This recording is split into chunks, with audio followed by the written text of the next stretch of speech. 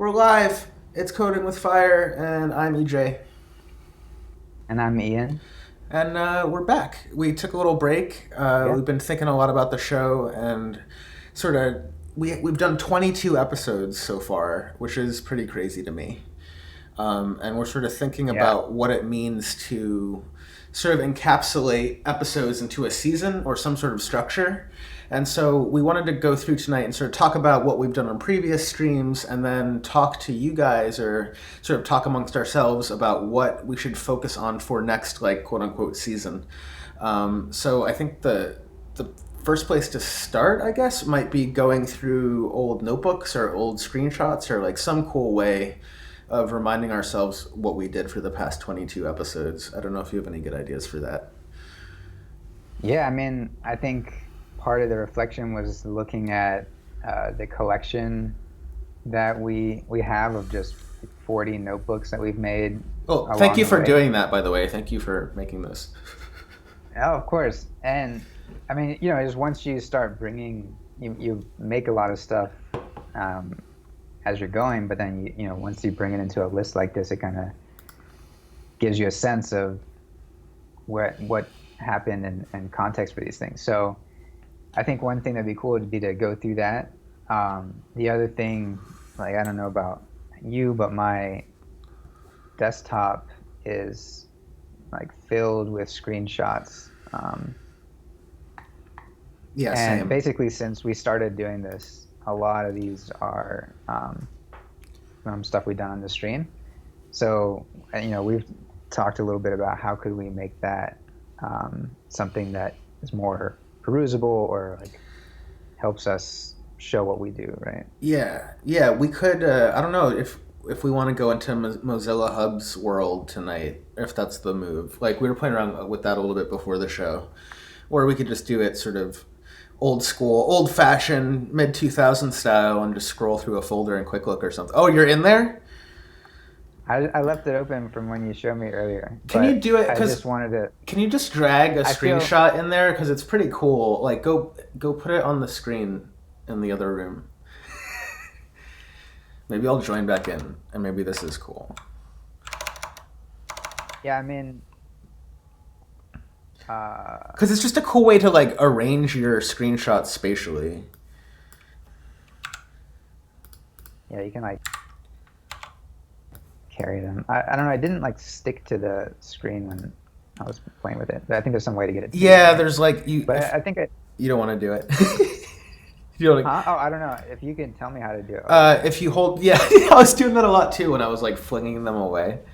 Um, if you here, I think I'm in and I'm muted. If you hold spacebar while you're over it, you get a bunch of options for it, and you can like make it bigger. Or now that you've made it horizontal, I don't know how to fix that. but I can rotate it in different ways. but anyway, what I was imagining is that like we could have a room that we set up where like we just drag all our screenshots around, and like here I'll put one down. Like take all of the other notebooks that we've done and sort of like put them on the wall, and then we can talk about oh you okay I guess it's on the or the floor. I floor. don't know. And Just we got three dimensions here. We don't have to. then we could like encapsulate a season like in a room, and people could like go visit, and you could even do like video links and stuff. Like I think I can put my screen up on this wall. Yeah. Trippy. So I'm watching the stream. Everyone's watching us watching the stream. And So then you could like you know what I mean, you could live code and then have your references and stuff next to it and have like another camera viewing. I like it because I can get in here and oops, I didn't mean to You move. can move my yeah, I can pin it Oh, too. I guess I can do that. Yeah, hold on, let me pin it so you don't do that anymore. Okay, yeah, that works better. Um, yeah, so I think figuring this out is something that we could do on the stream later, right? Yeah. And yeah, so Wait, how did we get here? I forgot. Oh, we were talking about well, going we were through our just talking, notebooks. yeah, and the screenshots and these ideas they gave us. I think something else we want to do tonight is we'll also have like a segment on the election visualization, right? Like, um, we worked on these unit charts with the electoral colleges.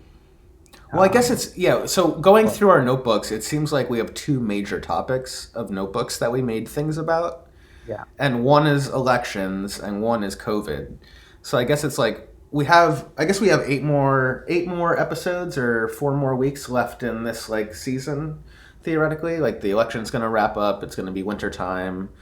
Um, yeah, yeah. Welcome to 2020. Exactly. Um, we need to figure out what the next season or generation or focus is going to be. I'm down to talk. I mean, COVID's going to be a thing that we're going to be thinking about and visualizing for a while. Elections, hopefully not. Hopefully, it'll be a nice, clear, concise election like it usually is, and we don't have to talk about that at all after election week. Um, so what it looks like to have a place after that, but maybe I jumped ahead a little bit. You have you have a COVID collection and an election collection, or yeah, yeah. So basically, I noticed what you said, right? Like we had focused on these two topics a number of times, and seeing all the explorations in one place together has been helpful. Um, yes, definitely. Hopefully, we don't have to knock add on too many wood. more visualizations to that. In either case, right? It'd be great if these things became If I get to make no non-issue. more maps about COVID and elections, I'll be happy. Maybe even Yeah, elections. I'll take but election maps in like 4 to 6 years. I might want to do it again. yeah, well, fortunately or unfortunately, we're probably gonna make a lot more maps before before the end of the season. Yeah, Um, but we'll make some interesting maps, and I think yeah. So I think we should also maybe mention briefly some of the stuff we got going on now that's not necessarily on stream, totally. right? But like related. Yeah. Well, it's been nice. We've been So able to tie things. Like, it's been cool to how we weave things in and out of the stream. Like, things that we work on the stream, for me, have, like, turned into real work or turned into things that I do in my normal time. You have found ways of, like, the stream interweaves with what you're focusing on for work, and, like, being able to collaborate with Shirley, who also streams and also works in public, and sort of collaborating in the open. And we've been talking a lot about like using Twitter as our newsroom, which I've been thinking a lot every day of like what it means to be a data visualization person working not like in an organization but like in the world as a whole. So it's been cool to see Shirley sort of take on this election data, and she's been, we've been chatting about ways or data sets to use or ways to approach things, and she's been making really, really cool work. And she comes at it from the like, she's not an elections person, she's a data visualization person coming into it and then learning it as she goes, which for me is like the most interesting way to sort of go about it. And sort of learning from experts and pulling in from different people and learning as she goes. And it's like really cool to watch her do her stuff. But that sort of interweaves with like, I've been working with Stephen Osserman, who collaborated with her on the pandemic game, which I don't know if she worked on that on stream or not, but it was a really um, cool interactive that she did. And we've been working on this idea of putting together a website to visualize outstanding vote, because I think that's going to be one of the super important topics on the election. And then, of course, we talked about that on the stream. So, like, we were able to prototype that on the stream. So, like, it's been nice to interweave what we're doing in the real world and what's going on, like, when we're working in public or working on Twitter or working on Twitch. definitely, definitely. Yeah, and I guess yeah, it'd be cool to go a little bit into one of the things that you've been working on. I'm excited to hear what people think is the working with Eve's data, right? Totally. Because that's you basically wrote up the experience that you've had both off the stream and then also working with Shirley and working with me. Well, exactly. Well, that's yeah. The Um, other cool part of working with right. Shirley is like her asking questions that, and I always find like the best blog posts or the best work that you create is like when you find yourself explaining something repeatedly.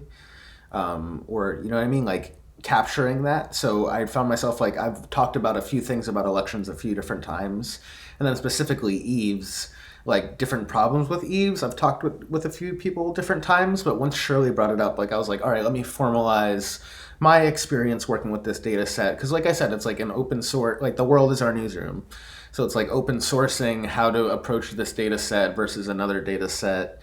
And Eves like specifically has a bunch of like really cool rows and interesting parts of it, but like some caveats, and just like I wanted to get all of that captured. So it ended up being a lot longer than I anticipated, but it was cool because you know, some of that stuff that I shared with Shirley, she ended up using in her work, and some things that she discovered, I ended up pulling back into my notebook. So this idea of like, you know, sharing in an observable notebook, an open source way of, you know, approaching these things, and starting with Eves was a cool start. Do you want to take a look at this? Yeah. Thank you for the art, by the way. Yeah, can you drop a link in the chat fun. so I can be lazy? Yeah. Thank you. I also want to point out, while you're pulling that up, that this collection, so this is part of like, I helped put this together for work, right? And essentially looking at all the interesting visualizations people are doing on Observable around, well, I guess U.S. presidential elections. So it's got some historical stuff. This collection's super dope. Some stuff like now. Yeah, so some really interesting stuff in here. I know some friends at Coding with Fire. Yeah, can you pull up the radial pass to 270 or whatever it is? 538, 270? Yeah. Yeah. Because I'm not familiar with this visualization type. The radial tree. Yeah. But this actually, I love this one because this actually made me comprehend in different ways. Because what I did, and it took me a second to figure this out, but like, what's most interesting is the shortest path ones. Because those are the ones you look out for election night. So like, if you look at the most like 12 o'clock one, the blue one to the right of Arizona, yeah, Pennsylvania, it's like, if Biden wins Pennsylvania, it's like, yeah, I mean, like, you don't really have to worry about other things. Is what I got out of this. Yeah. Yeah. Yeah, no, this is definitely a really awesome, like, new perspective. You know, because the non-radio one was pretty helpful back then. Well, that's the OG. That's Bostock byline on that, right? Right. Yeah, and Sean, who's at Observable. 2012. Awesome. How young we were. Yeah. So, what I like about this also is with the radio, like when you see everything on the screen, kind of right in one view, it gives you a sense of that like totality, but without being something you have to kind of scroll a lot to get a complete view of. That's interesting. It is. I would say it's mobile friendly, but it's not. Like, Yeah. it's nice that it fits on a screen. Could you, like, squish it to make it taller? So it was, like, I think that more would be possible. iPhone sized. You know what I mean? A little more iPhone That'd be shaped. interesting. Yeah. Yeah, I don't know. So yeah, that's just a little detour. We should bring up your. Oh, yeah. So this is, thank you for the art. Like, you put this together, this like interesting, I like this. It's like a data illustration of what we talk about later in the article. But basically, the more ghostly a county is, the more voters were removed? Question mark? Pretty sure. I think. Yeah, it had a significant As a number of report? voters removed. Yeah, it was like proportional to the 2016 election. Yeah. But then anyway, so I talk about this data set. I talk about all the different variables it has. Like, it has like 300 or something like that, 400 different columns, and I give you a little like chef selection, like a little like Blue Apron delivery of like, here's what I think are the best like 30 or so variables in Eves, in my opinion, my humble opinion, check them out yourself, but stuff like voter rejections, voter removals, like how many poll workers they have, what type of voting technology they use, and all this is by county, asterisk with caveats that we talk about. We talk about like why different voters were removed, and it's an interesting notebook because I tried to like weave in like a story that I was curious about along with like exploring how to do the data set. So the thing I was looking for is like where removals could impact an election. So it's talking about like going through that process of answering that question, and in the end we get this cool map. This is one like an alternate approach of what the data art in the beginning was showing, but every county that is colored here, basically the voters removed exceeds what the difference was between the presidential candidates in 2016, right? So enough voters were removed to sway how that county, which party that county would have gone to. Which I think is a significant removal. And it's kind of crazy to see it all spread all around the country and in different places, and especially in places that, you know, flip to Trump, or places like Michigan or Wisconsin that are really important for 2020. And so we put together, you know, thank you, Ian, for all of your help putting this together. But this is an approach of like making it easy for other people to hopefully like build on this. So like, oh, if you have an interesting story idea that has to do with Eves or has to do with any of these columns I pulled out, like you can fork this and use it as a template and build off of it. And I'm hoping, you know, next season, as we do more streams, we can also spin off notebooks like this, right? Where like, here's how we approach this idea or this data set, and like, here's how you could do it some other different way. Because every time we do something, we like choose not to do 6 different paths. You know what I mean? So it's cool to see other people jump in and try alternate approaches. I think we've seen that a few times with our notebooks. But yeah, I'm excited to have launched that. And then I'm also doing, the other thing I'm doing right now is a media survey around like how people are covering elections. So we're doing an open survey to everybody who works with election data, sort of asking some basic questions like, how do you visualize outstanding vote? Where do you get your data from? And then trying to sort of, you know, build industry-wide knowledge sharing around visualizing election uncertainty, because it's like a lot of stuff. Like I remember we would have coffee like with a colleague and talk about this stuff, and like with COVID it's not happening. So it's sort of bringing like trying to find a venue to have those conversations of like, this is an election totally unlike anything we've ever seen before. What are the ways that we can make sure that we're covering in a way like it doesn't get used for disinformation? You know what I mean? If you visualize that a vote is 100% in, we know there are people in the world who are going to screenshot that and say, you know, things that are not true. You know what I mean? So it's interesting to think about the ways in which you visualizing things can have an effect on the world, and the ways in which this is a really important election, and the way that this election is visualized is through these red and blue maps and these little numbers. You know what I mean? So we got to think about. I'm curious to see how different people are approaching solving those things. Yes, thank you for dropping that link in. That's exactly it. So that's what I'm up to. What have you been up? Like you're just making dope notebooks is the sense I get.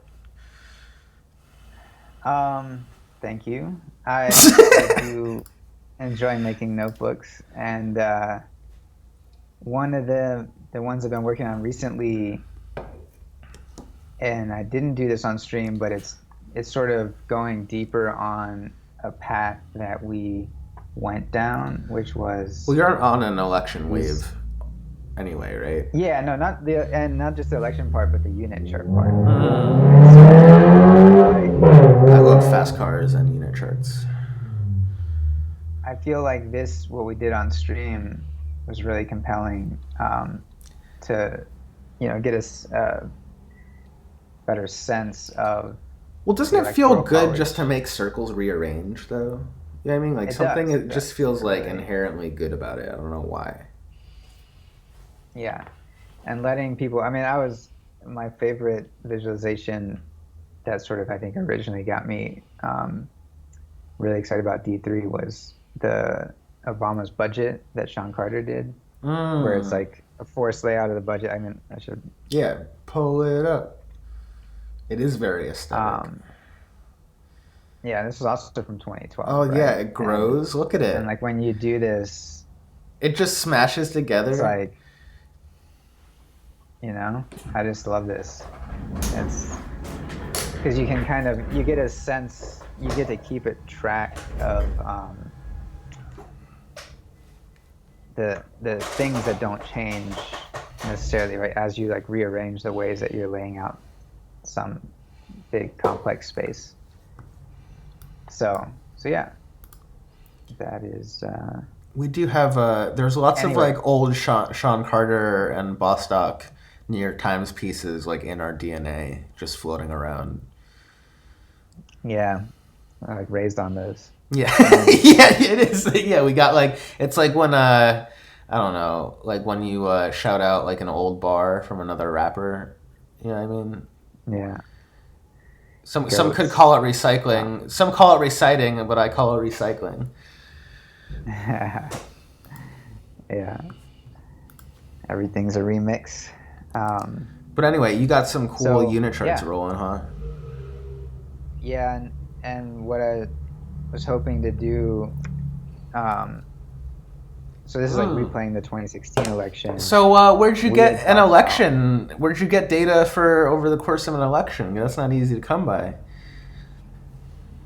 uh, Carrie found that Carrie Rodden, who works at Observable Oh, and you had some found really this neat hella high takes. tech website. I remember now. Yeah, where is it? You I'm trying just to. had That's it. what It I've was been two clicking clicks through all ago. this stuff. You had it in your first few tabs. Oh, this one. Ah, dang. But Yeah. yes, this wonderfully. Yeah, these colors are Yeah. So it like. makes sense.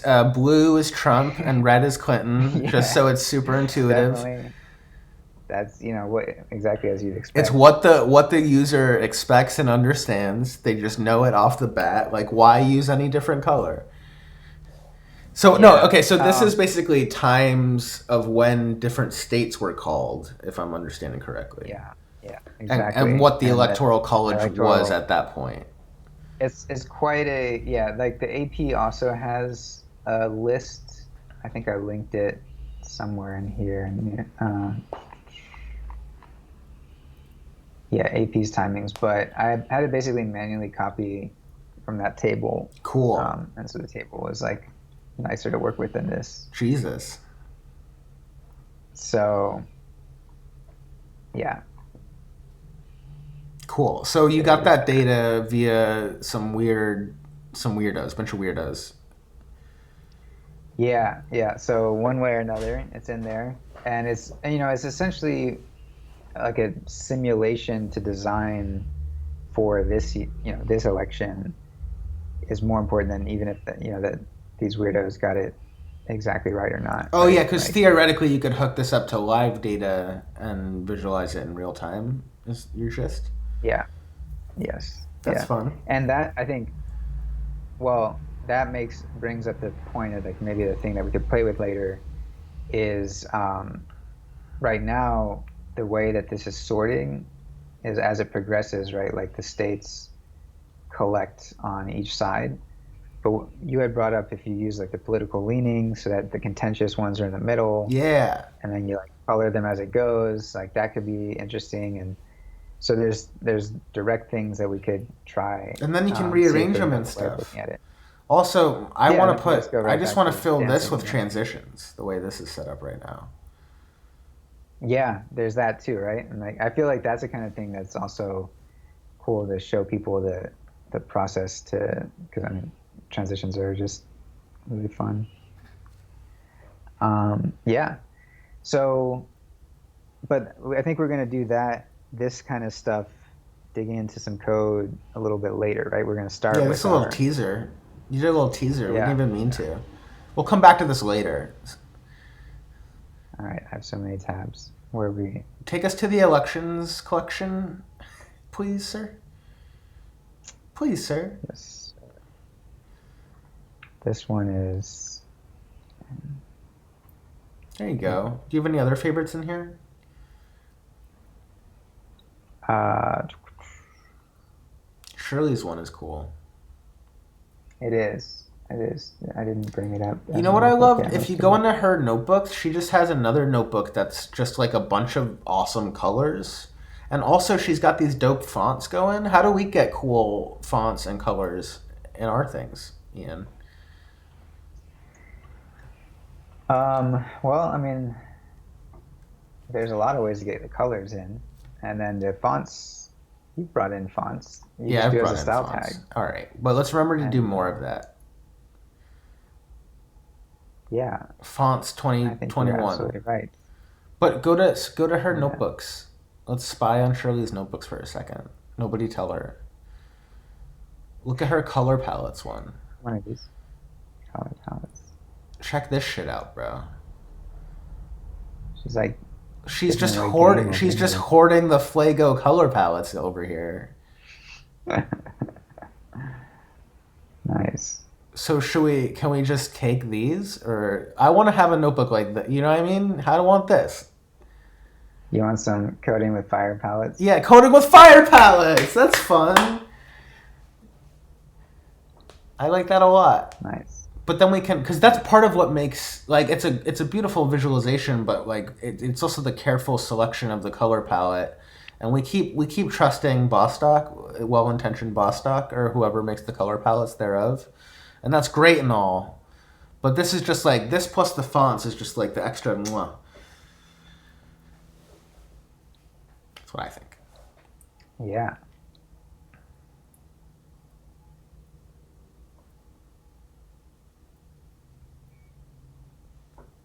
These are, yeah.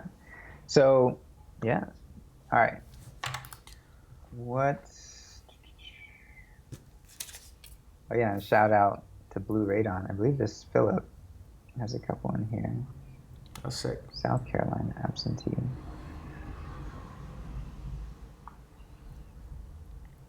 Oh, this is in Vega Light. Show me the Vega Light. Oh, cool. How does it work? Ooh,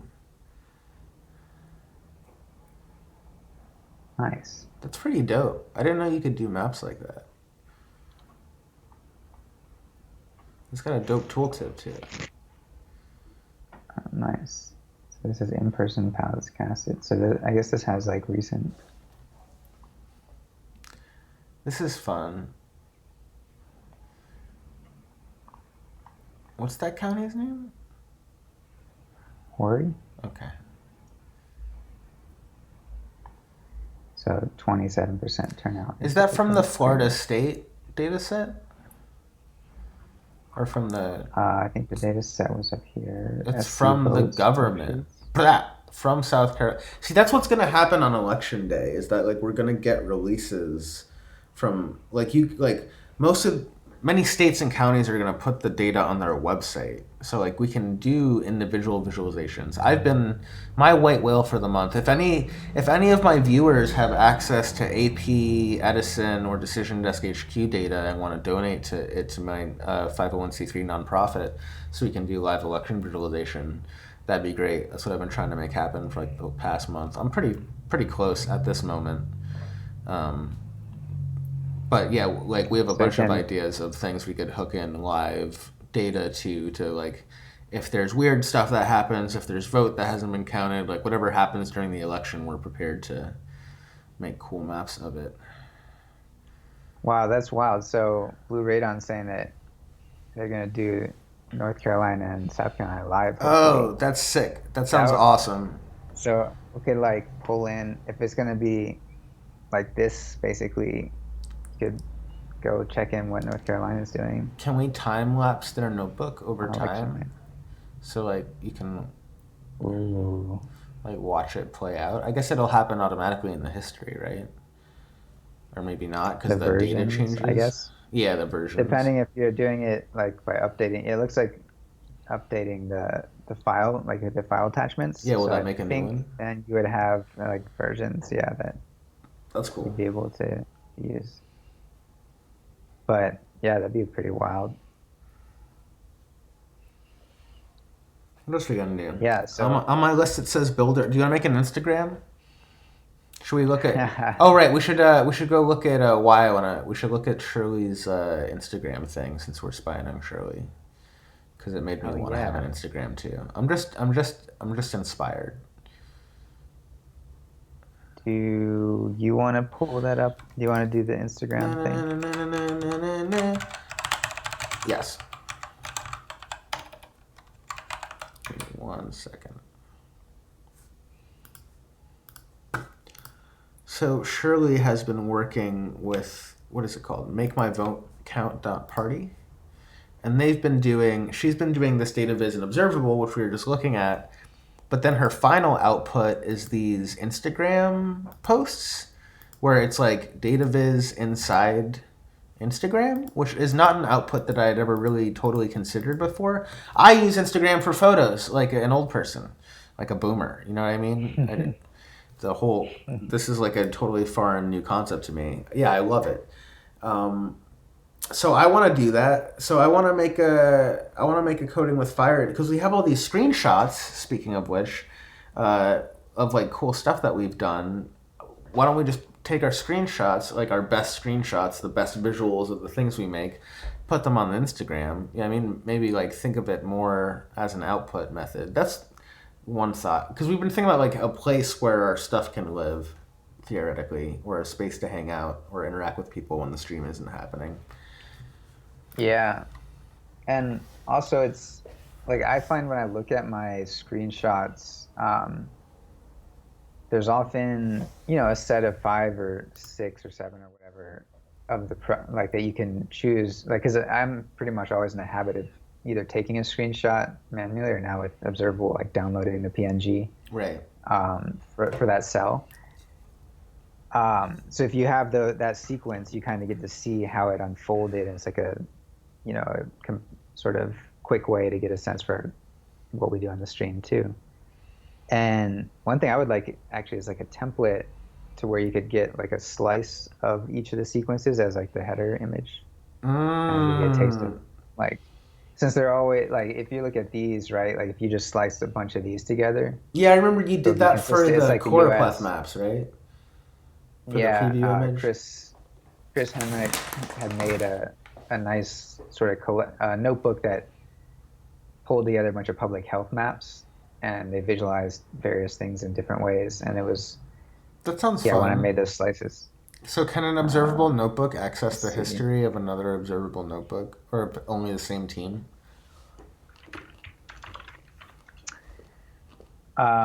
History, I don't think so. This is the preview image that I'm talking about. Where because it's a map, right? Like it has this visual consistency. But you see, like he went here and brought Yeah, in visualizations, a whole bunch of different maps. and yeah, different maps, different visualization techniques, different data. You smash So them this all is a really together. awesome resource. Yeah, so I think there's like a bunch of stuff like this where you can now take this and then you want to design a map looking at a particular data set. This gives you a lot of reference. So getting that sense across of like these are a bunch of different things you're going to see. You can Drop go the deeper. link.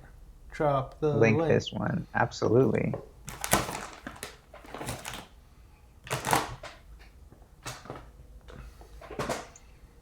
Um, yes, using Illustrator or Photoshop.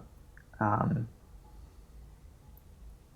been relearning that Oh, I put my time in because with Illustrator, bro. I put my 10,000 yeah, hours in, and then he I does the pro. I Yeah. recently just put a bonus 20 no yeah 20 hours in Illustrator in like 2 days, like a gangster, because sometimes you need to do that. Yeah. Um, well, so how do we? Let's see. Yeah, what do we do now? What are our things? Show me What the do we do screenshots. now? Show me your best screenshots, All right. sir, please.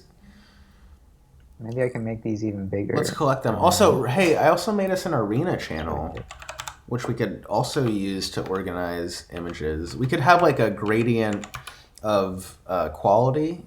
You know what I mean? So like Arena is less discerning than Instagram.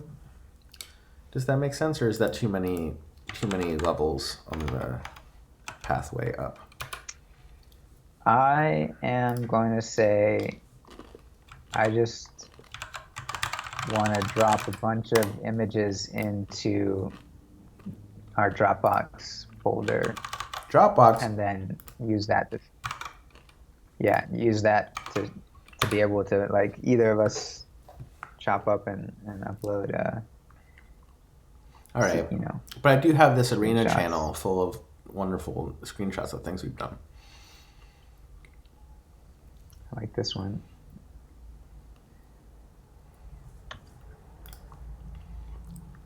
Wait, so are you putting these in the Dropbox folder? I haven't done it yet, but that's what I was Let's thinking. do it. Let's do it right now, son. Okay, let's do it. One thing, well, I've done in the past is actually like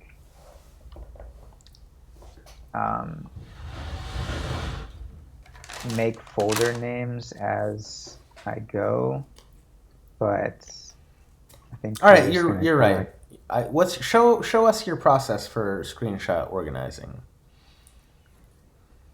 Well, I'm Well, not. first of all, this would terrify me because I do like work in between. So are we like just in every screenshot right now in your life? Or are we already looking at coding with fire filtered screenshots? These I don't. This is my work computer, so I don't really Fucking sick. not- Nice. work screenshots. Killing it. So There it's is pre-organized. Yeah, what's that all This about? is actually That seems work this is related. Street Fighter.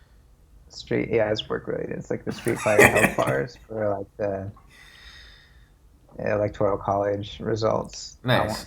That was another thing if we ever got to it, could use your Illustrator skills to like create the SVG I think for the that. the best part of it is their little images and names on either side is super fun, and the best part, in my opinion, is KO in the middle.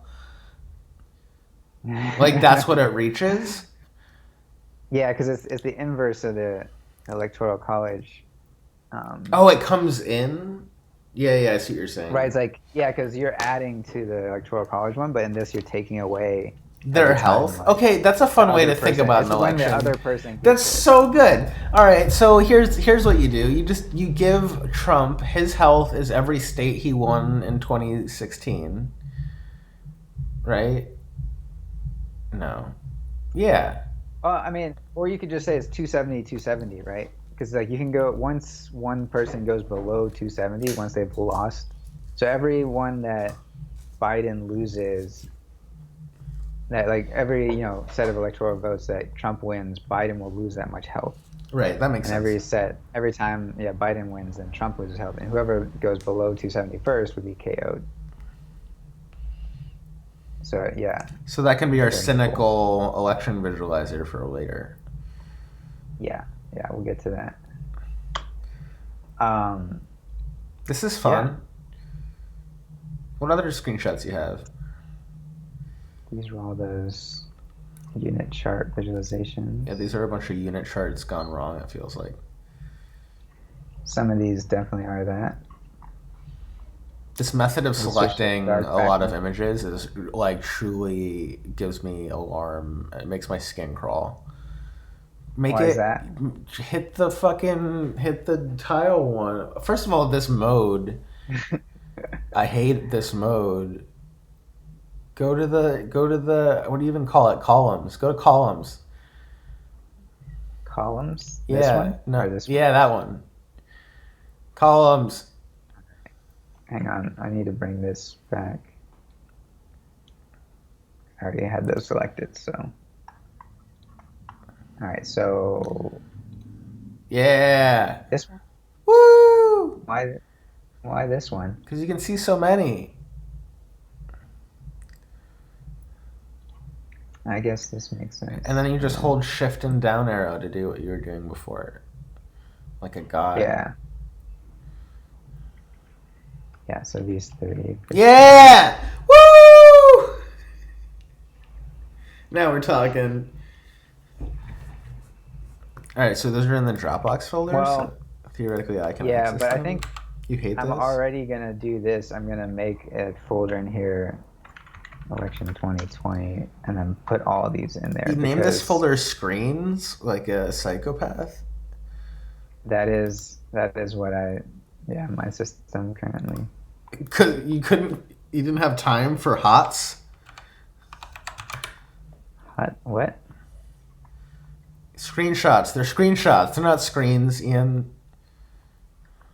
Oh, that's just a convention I've used. You're Yeah, I looking at a guess screen. you could rename it. Yeah. I already did. It's already happened. All right. Cool. All right. We'll go down these. So wait, you're putting them within the folder into projects, basically? Yeah. Like, This one. no, I have to download all of them.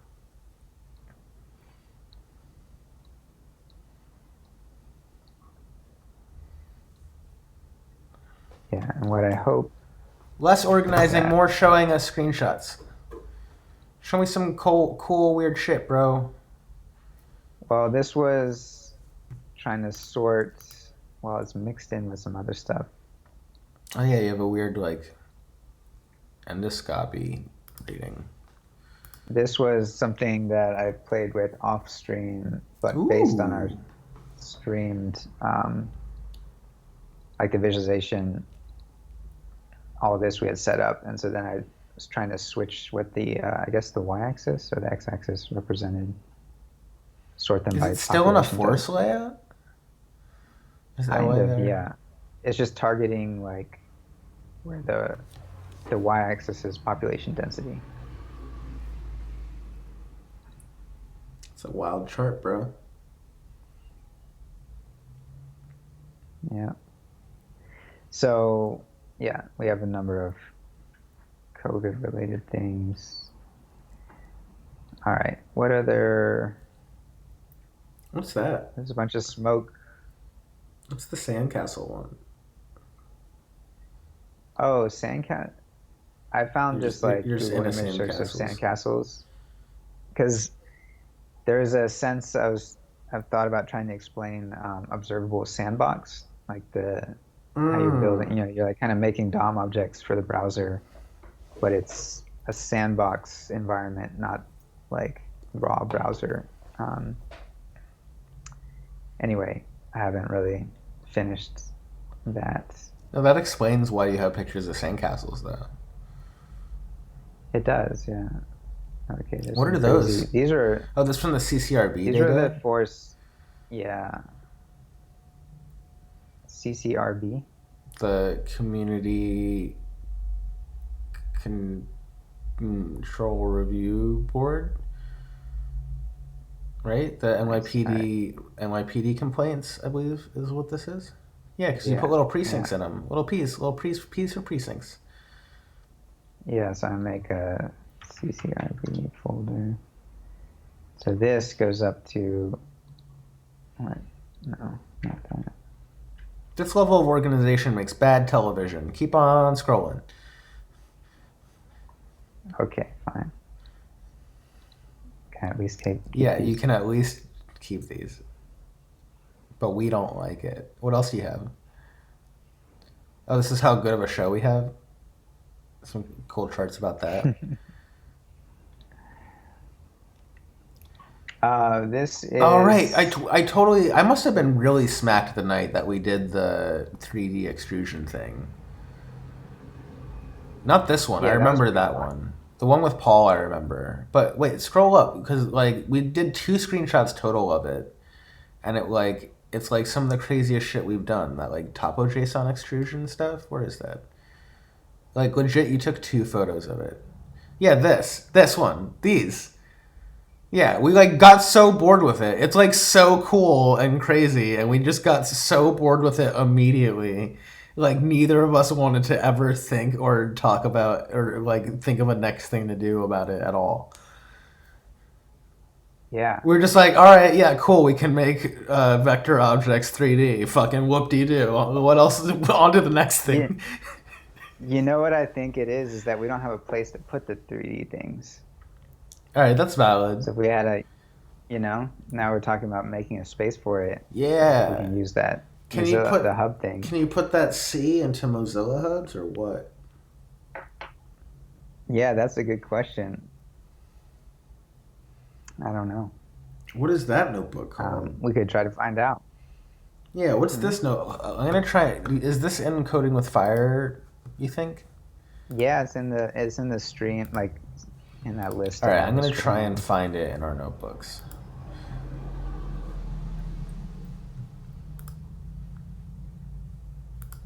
Yeah, we did. I guess, and when we made the hex patterns, we used Oh, here we go. similar extrusion. Yeah, so we did it with a letter. Oh, you can choose the number of points it samples by, and then Paul told us like a way cooler way of doing that, right? Um, well, when Paul came on, he like generated a bunch of cool hexagons. Oh yeah, and then That we was did different. California. How did you do California again from Topo JSON?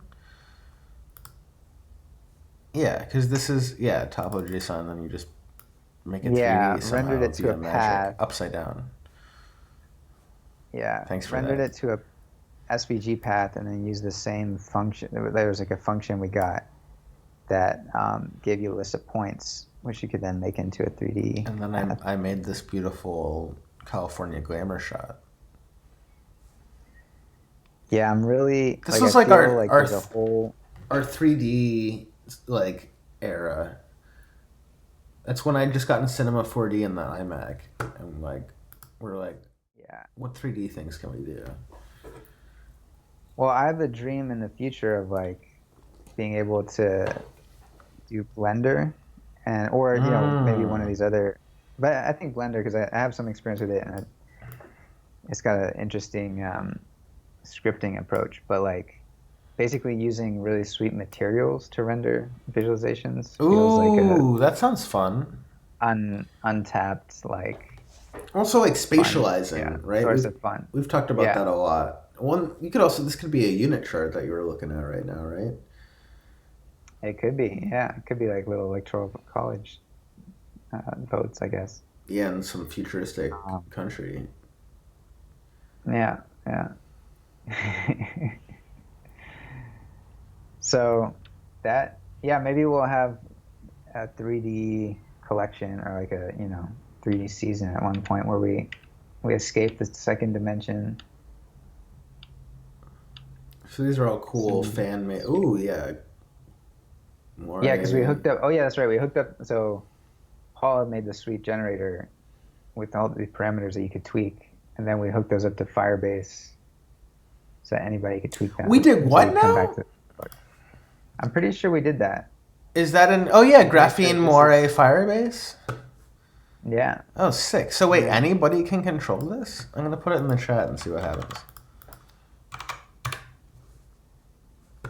So all these parameters are hooked up through Firebase.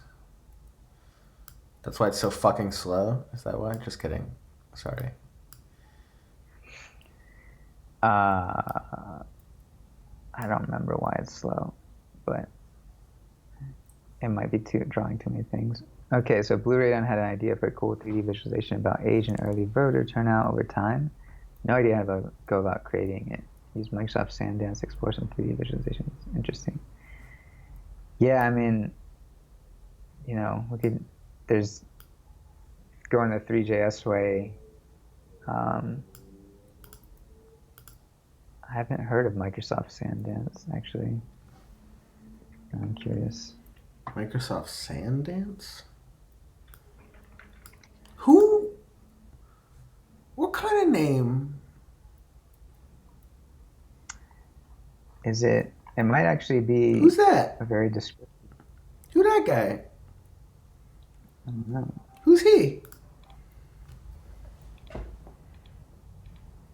Steven. They just made his name disappear real quick with their 3D software, didn't they? Steven Principal Drucker? researcher. Okay, so it looks like it's basically unit charts of a lot of units, which is Love pretty it. cool. Genius. Whoever made this is great. Ah, this is nice. I like Ooh, this why is he touching it like that? voxelized map. I don't know, but I wish he'd stop holding his hands like that. that's cool. Put this in the way. Oh, I want to see.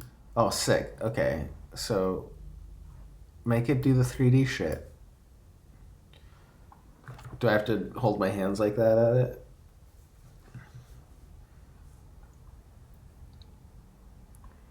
Nice. This is pretty sick, actually.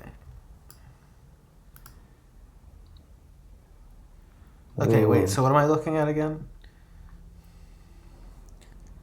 Age and... Just looking at age versus age. Whoa, how'd you make yours all cool in 3D and shit? Look at that, how tall that Stacks. is. Oh, Damn, fuck yeah, that's scale. cool. Tree mat, ooh. I really like this. This is like one of those, what are those people that jump at the top of buildings and shit and do like really hair raising? Base jumpers? No, they'll walk out on like a really narrow ledge on top of a skyscraper or something. Oh, you mean children? They just have really good. Children with Instagram. Yeah, they're like really good balance. Yeah, this gives me that feeling of like, so whatever these columns are, it's The problem is I can't right click it. Oh, I shift click. Got it. Okay. It was not rotating the maybe way I age. expected it to. That's pretty wild, bro.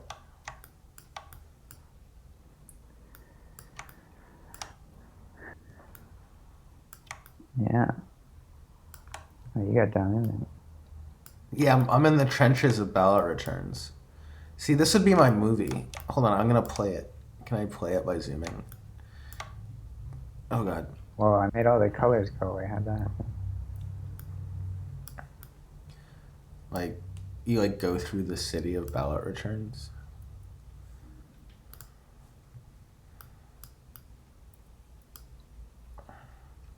How do I? There you go. Yeah, this is great. I'd want to put this in After Effects and have it animate.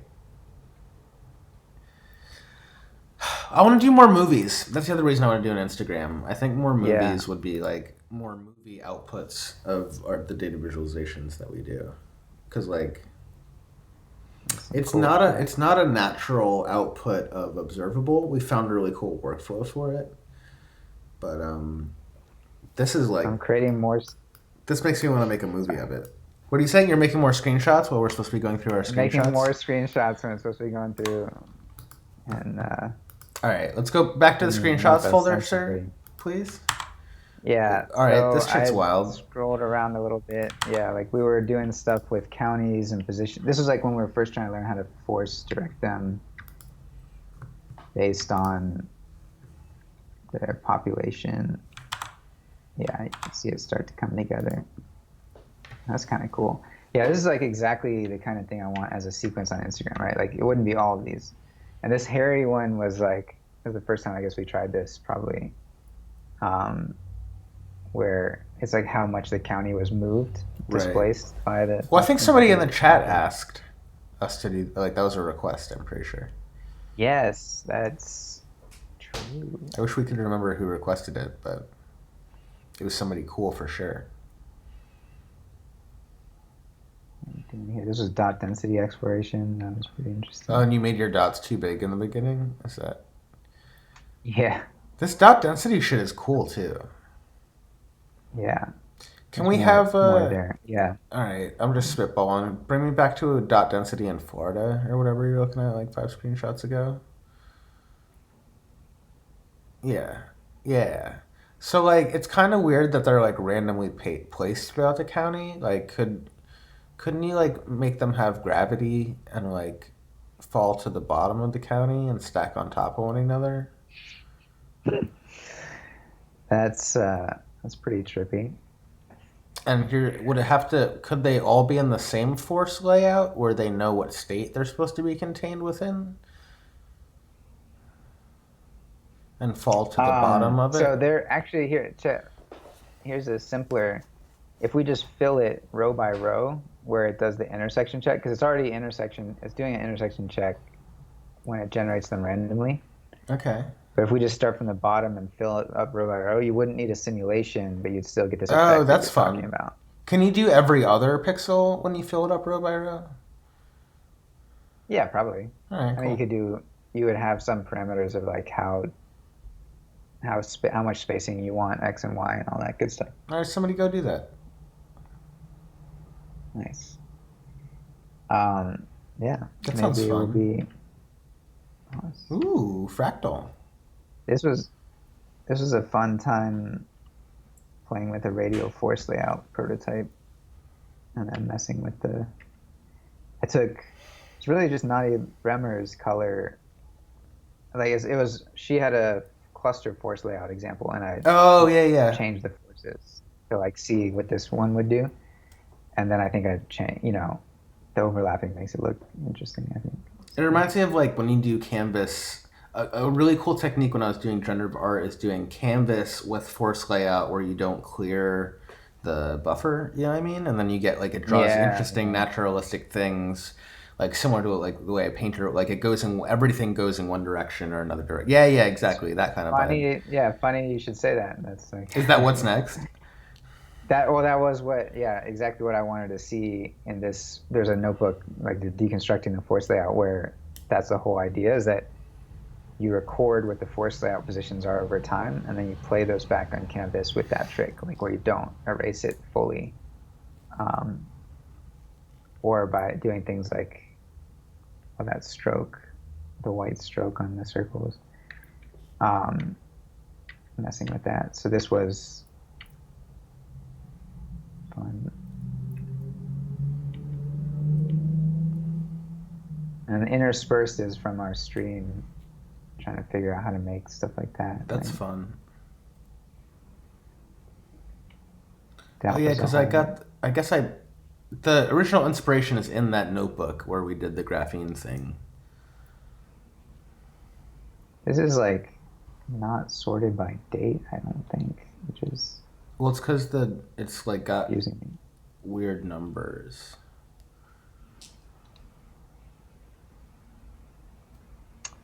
Not name, date, created. So these are more recent, older. Oops. So this will at least make it more consistent as I go through these. Sorry. Where were we?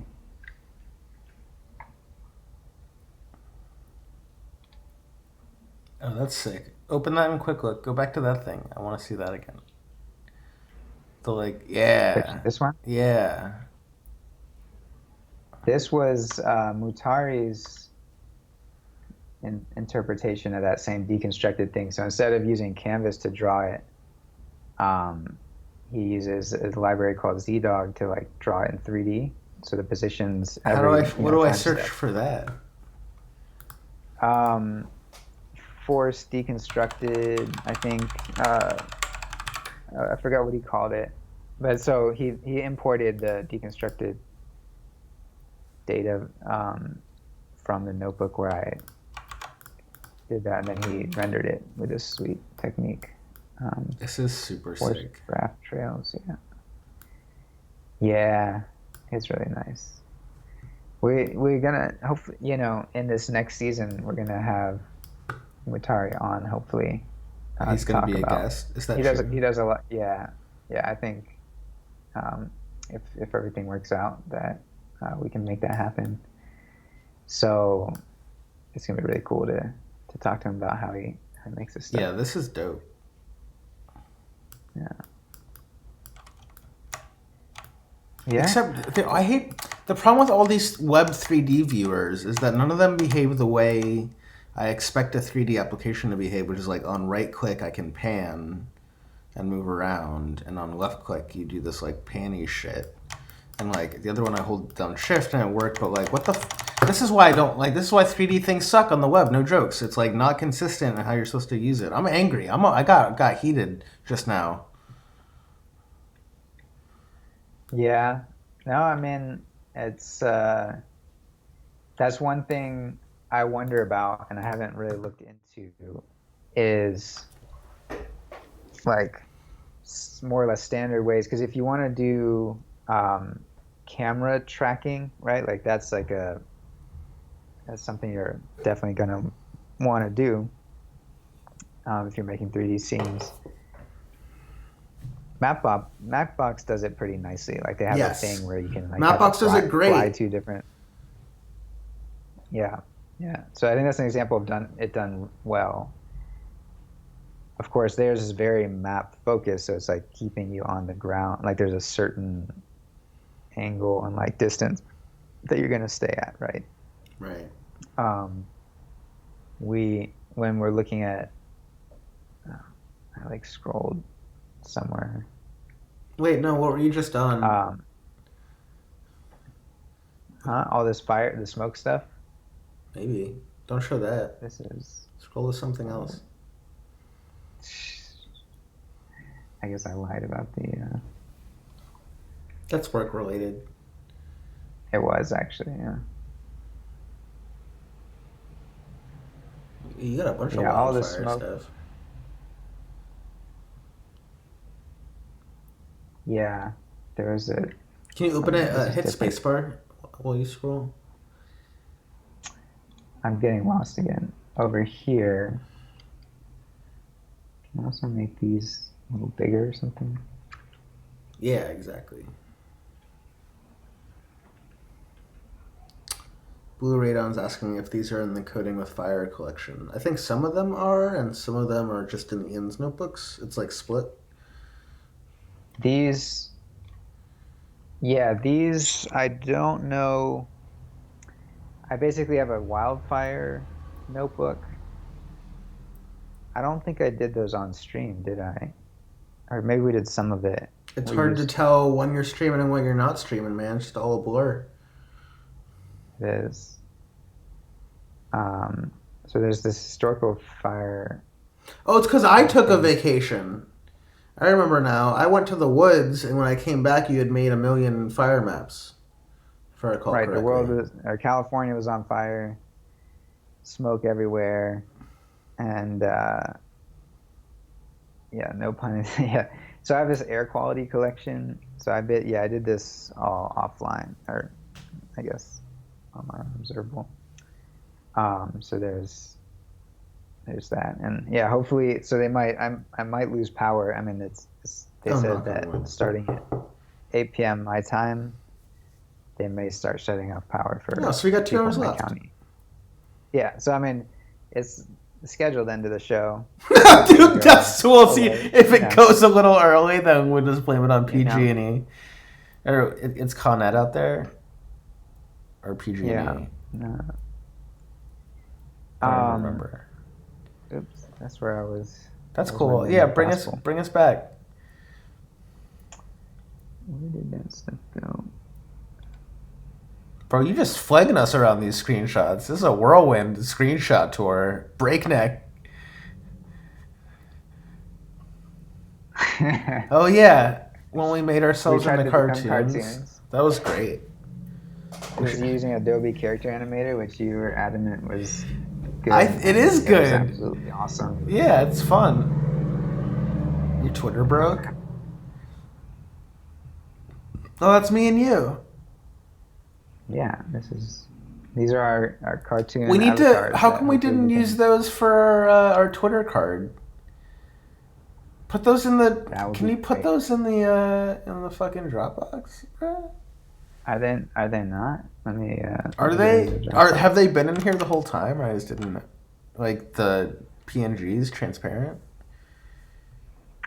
There's a puppets folder. No, PNGs transparent were not in there. Shit, and now don't worry about it. We can do it later. Show us more screenshots. But these are screenshots, not transparent, I think. Yeah, they just have the illusion. They just let me know that there is something. Yeah, it's like.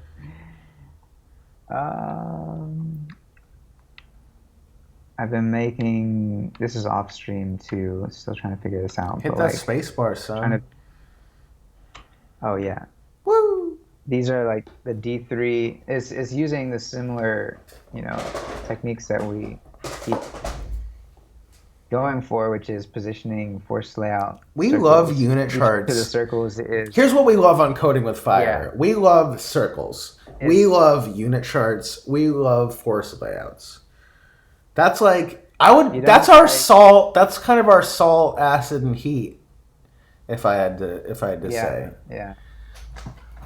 Really, I mean, we know what we're about. Like, if you don't like units, like If you think unit charts just are watch for something else. kids, But you're tuned into the wrong show. yeah, yeah, yeah. If you think force layouts are We're a gonna have stupid fun. way to organize your data, well, guess what? You're not going to like this. If you think squares are a better shape than circles, you just fuck off.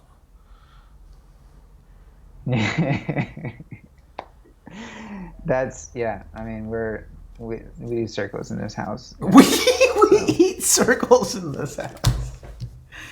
eat circle. I use circles, but yeah, eat circles is even better. Yeah.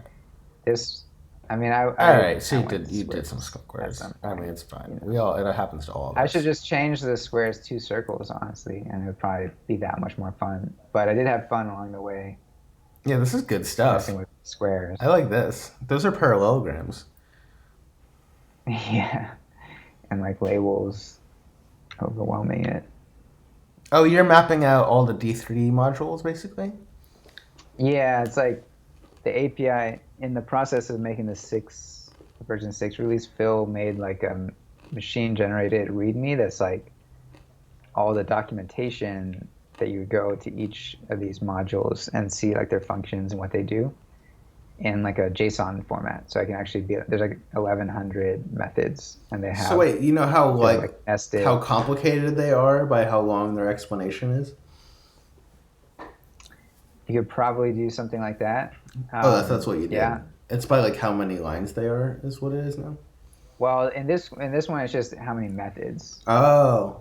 So like, what I want to get to actually is a tour, and this would be where it'd be fun to maybe use that sandcastle thing.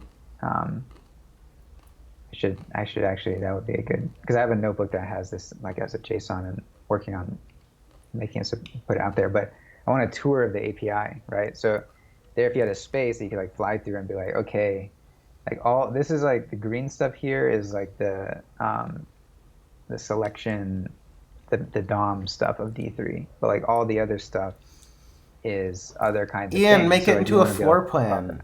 And then make it into a Mozilla hub that we can go in, and then you fill every room up. Like, that's where they pay you the big bucks. woo! Shit. Because, like, what you're looking at right now, like, couldn't you just arrange that if those are a bunch of rooms into, like, a cool floor plan?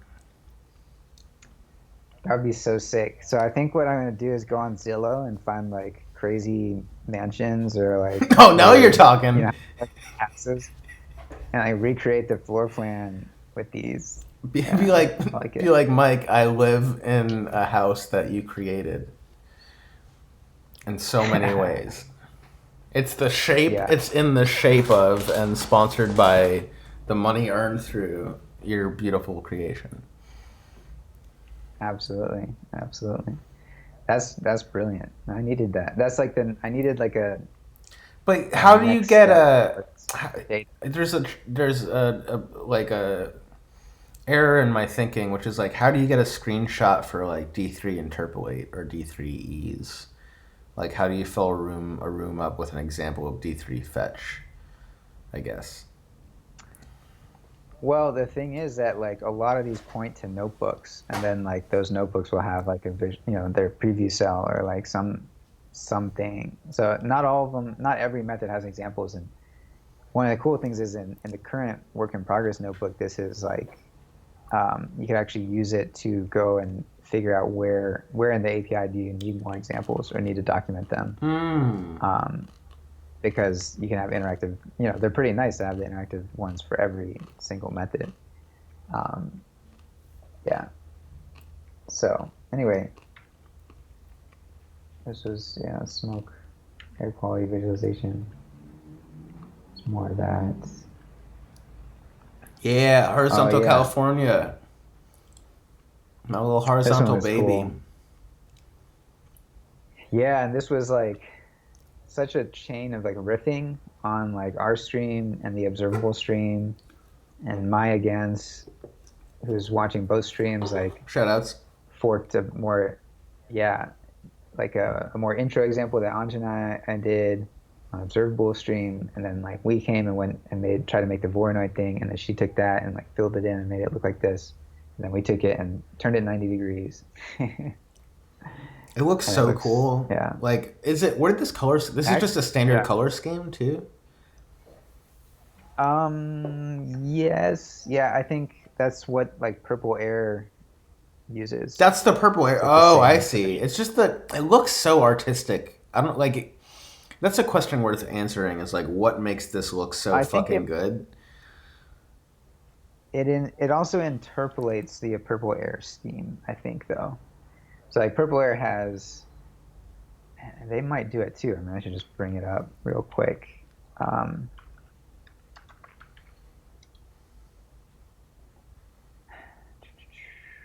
like this is the scale. Yeah, they interpolate it too. So it's This is so ugly compared with the map that we just looked at. Like, this is so insane.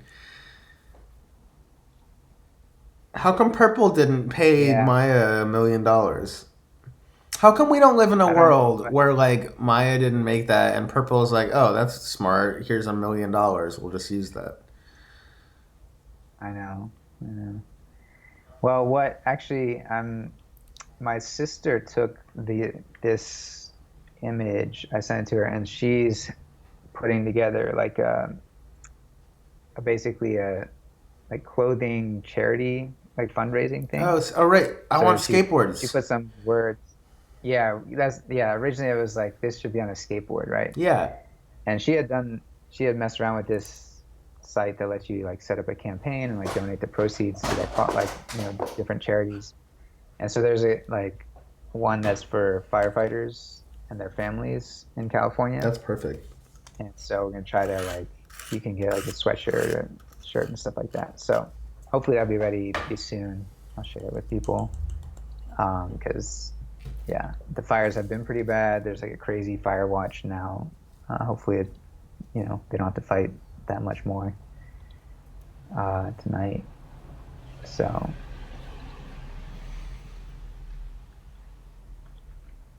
this is trying to learn tree maps or chart races. Whoa. Mm-hmm. That was a built-in template from Keynote, I think. This was Oh, yeah, stuff we did our did. timer. Make counters, timer. That's what it is. What the fuck is Um, that? this was a cool fork someone made. What the Like fuck? while What is we're, that?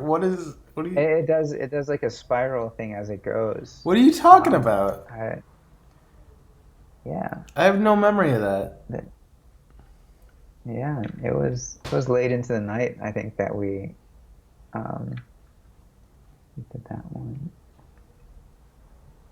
My speed test. That's from Nadi's blog post. Oh, that's like a screenshot of one of her images. Yeah. Oh, getting into emoji day. Yeah, that was That was fun. fun. That was like another I was like, uniquely great stream.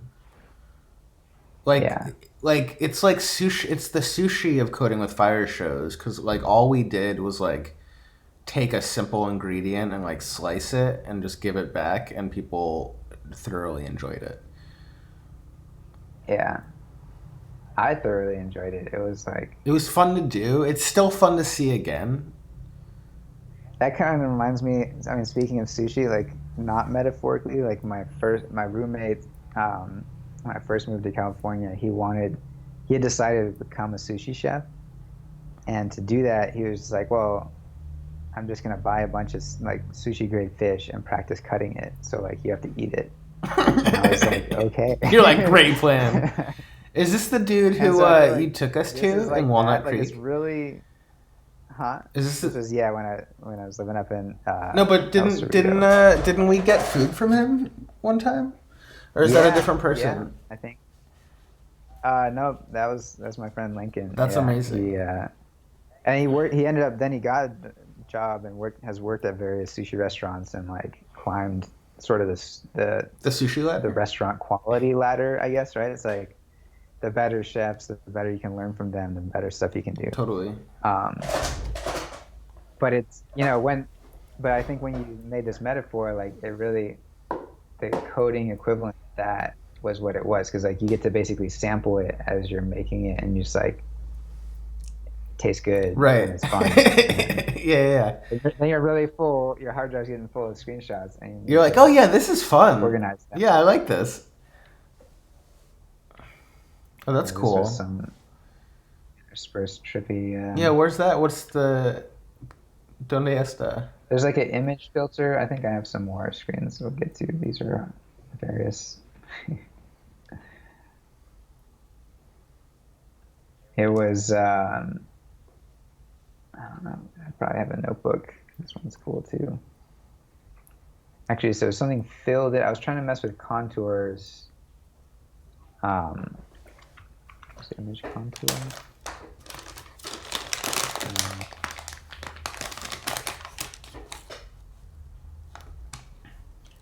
mm, All right, so believe it or not, we've been doing this for over an hour. We have about 10 minutes left until our like halfway point. I think after our halfway point, do you want to you want to write some code, buddy? You want to make some stuff?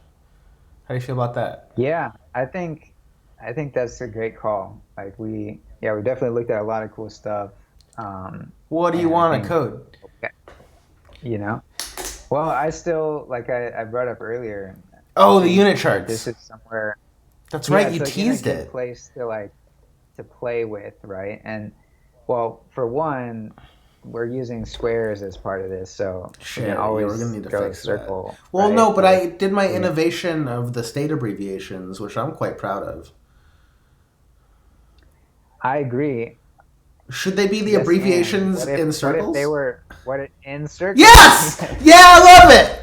So good! There you go. Yeah, now we're talking. Yeah. All right, so we'll put them in All right. circles. Well, that'll be a great place to start. Yeah, and we have some ideas for sorting them.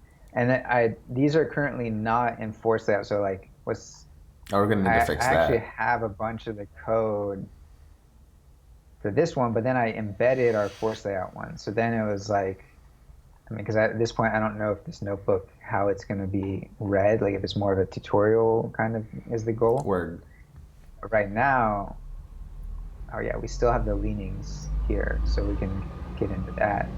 Um, so yeah, basically there's a bunch of code already, and we can get into um, playing with these ideas that we have around here pretty quickly. I think the code for this is pretty standard D3 stuff.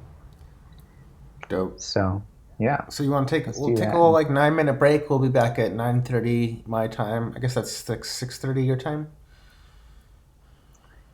Yes, yeah, uh, let's do that. All right, cool. See you guys soon. We'll be back in a minute. Thank you for watching Yeah. Coding with Fire. We appreciate you.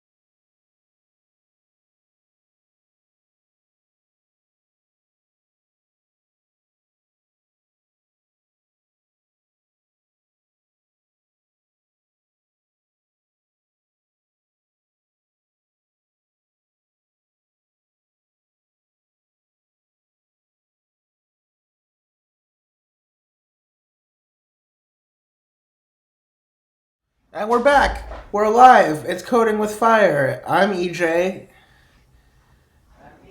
That's Ian. I don't know if you can hear him, but he's yelling across the apartment. He's making coffee right now. I personally believe in commitment to my viewers. I think that professionality professionality is key, and that this is a very serious show where we should be on time. But somebody seems to believe that coffee is more important, which is he's not totally wrong. For me personally, I went with Red Bull. That does not. It comes made. It comes complete. Oh, he's back. First of all, time is relative, right? And once I'm well caffeinated, All right. then Caffeine. I'll move faster. Well, that reminds me, so when we worked together, and what was for me like my first real person job, every day we would go for a long coffee break at 4 o'clock. And I'd never done that. Like, I couldn't conceive of that. But the way that we made up for that is that we got so caffeinated that we would go back to work and code until like 8. So I think it's like part of the DNA of how we do things. Yeah, Well, absolutely. welcome back, sir. You want to make some unit charts? Thank you. Yeah. So I think, we wanted to start here. I can go ahead and put the link in the chat. Let me make sure that you can edit it. Okay. Woohoo! I'll just go ahead. I think we already had one called unit visualization, called unit charts. Excellent. I'm just still going to call it unit visualizations. And publish. And put that in the chat for... Woohoo! All right. So wait, just remind us of what the data we're working with is. Can you Yes. show me a one of whatever it is? Absolutely. So, I mean, yeah, these are electoral college votes per state. So, however many votes a state has, that's how many units we make. And so it's kind of easiest to explain with this text unit chart where, we have one Texas for every Texas vote. And so there should be 538 votes in total for all the states. And How do we know Washington, that? D.C. Where does that data come from?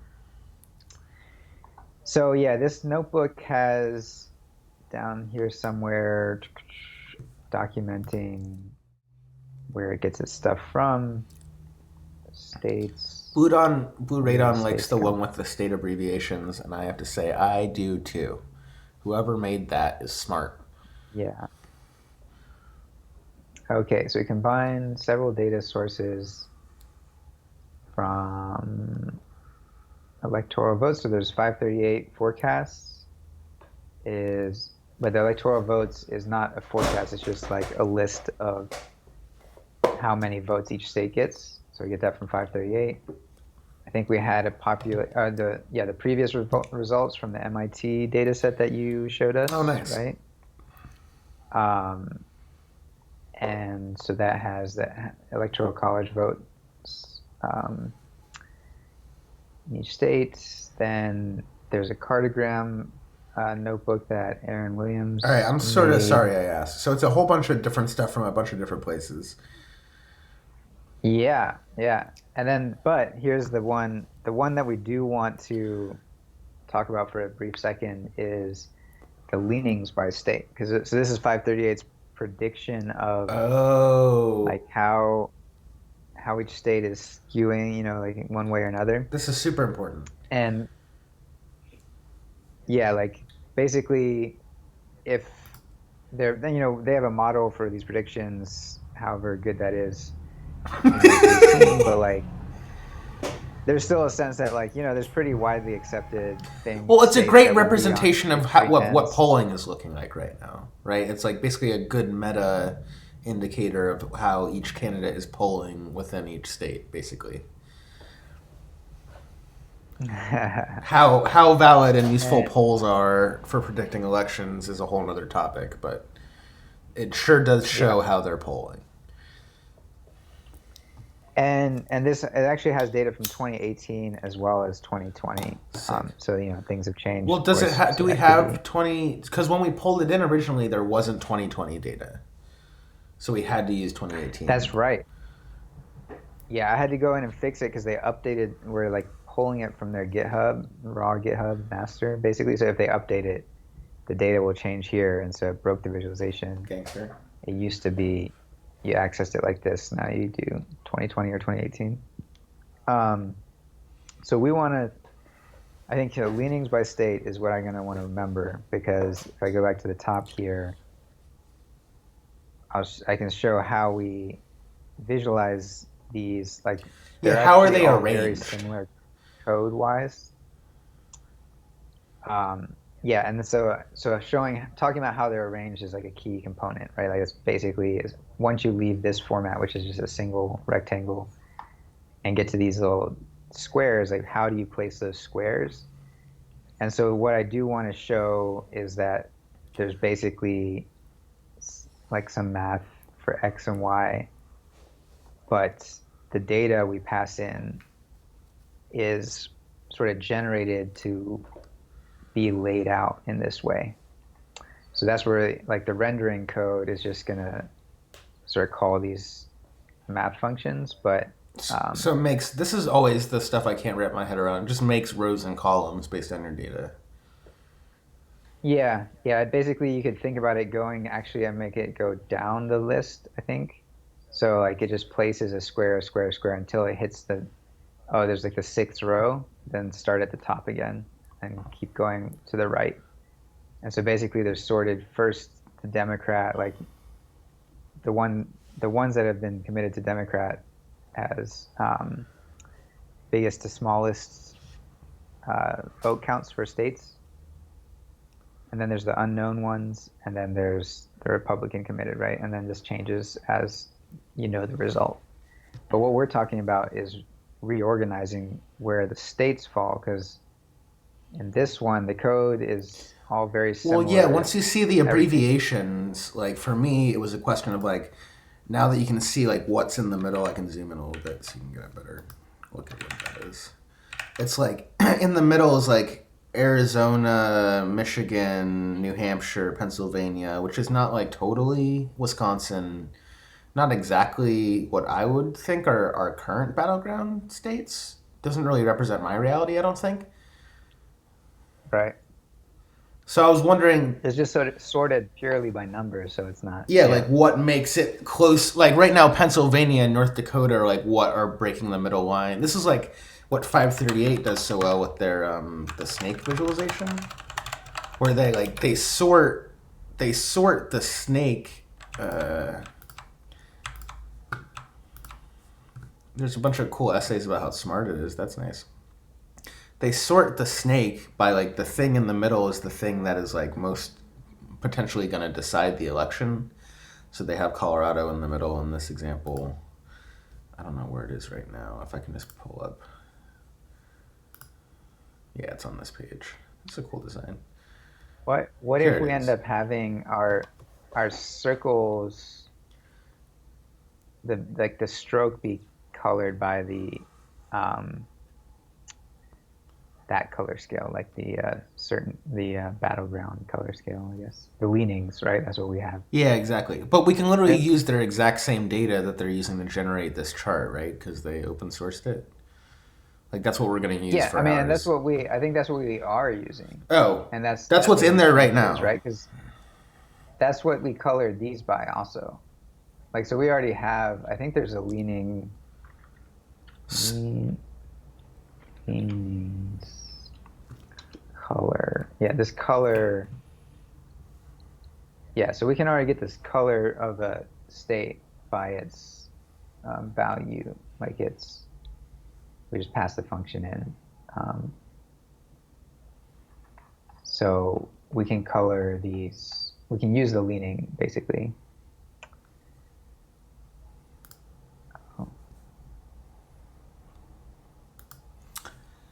Man, it's crazy how So yeah, close this is to like how it looked in 2016. Yeah. They really think that like Florida and Arizona and Pennsylvania are blue. I don't want to talk politics, but anyway, so we can use 538 ratings. Can we? Besides that, I want to put them in circles, and then I want to put them in a force layout, Yes. Yes. and then we can arrange It's them almost. in fun ways based Mhm. on the same data, but without being stuck in this world. I love the snake. Can we make it? We could like remake the snake with the, you know what I mean, with the abbreviations. That might be fun. That would be interesting.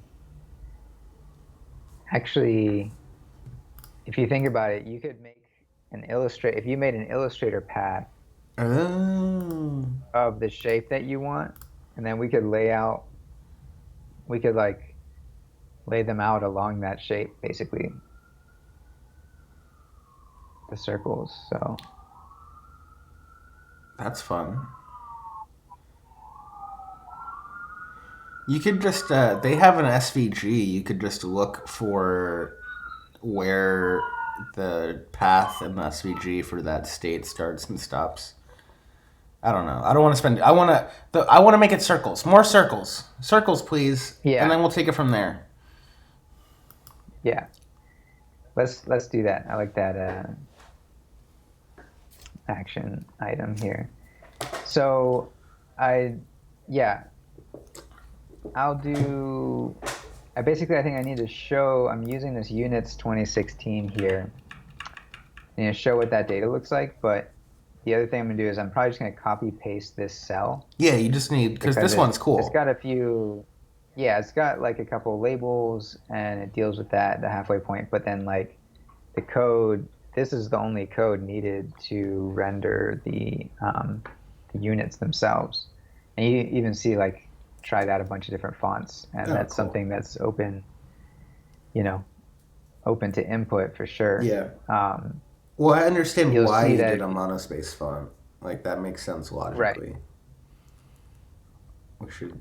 finding a good monospace font is They also don't like really exist. harder. I think we might like need to figure out a way to not do a monospace. Maybe use like a really thick compressed Yeah, font and just give them enough space. yeah, yeah, yeah. And we'll see. Let's try the circle thing and add it. So um, I'm just gonna copy paste this, and we'll get into the specifics of what each of these are. Let's say this is unit circle text progress bar. And so when I create the texts, what I really want to do is create groups, and I want to be able to draw a circle and the text, right? And like do different things with those. Um, for now, I'm just going to render this as the text. So let me do that. So I'm going to say G unit, uh, G unit. I like All what right. you've And done. then I'm going to do this thing I've been doing recently where, so basically you can give it an enter and an update function. What you can do? Who now, Yeah.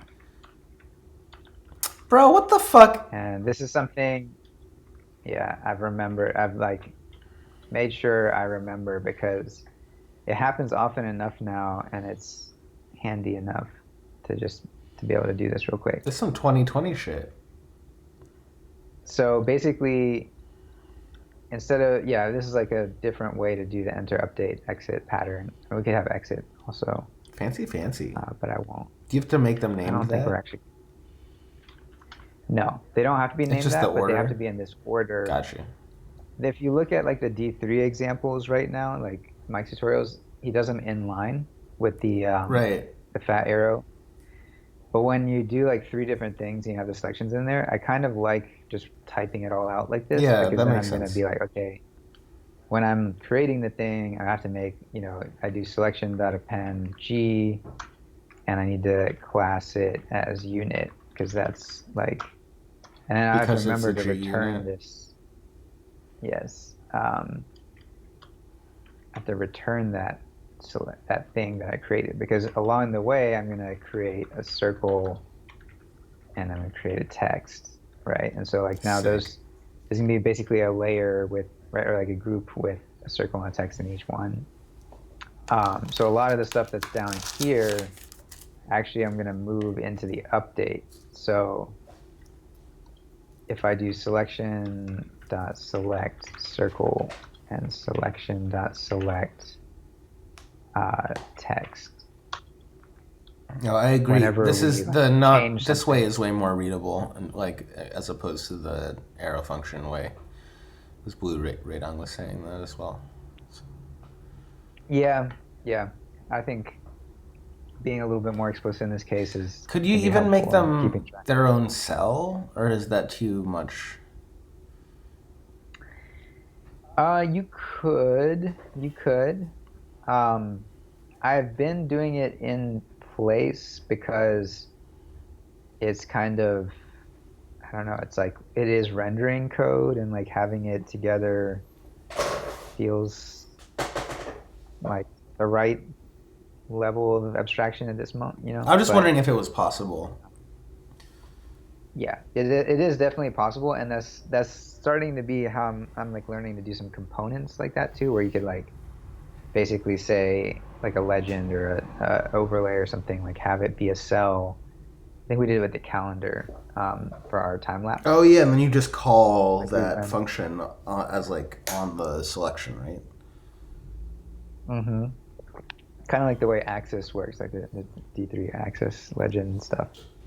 Um, but yeah, but this in this case, what we're really just saying is like we want to describe what what's going to happen when new things come on the scene, what when they update.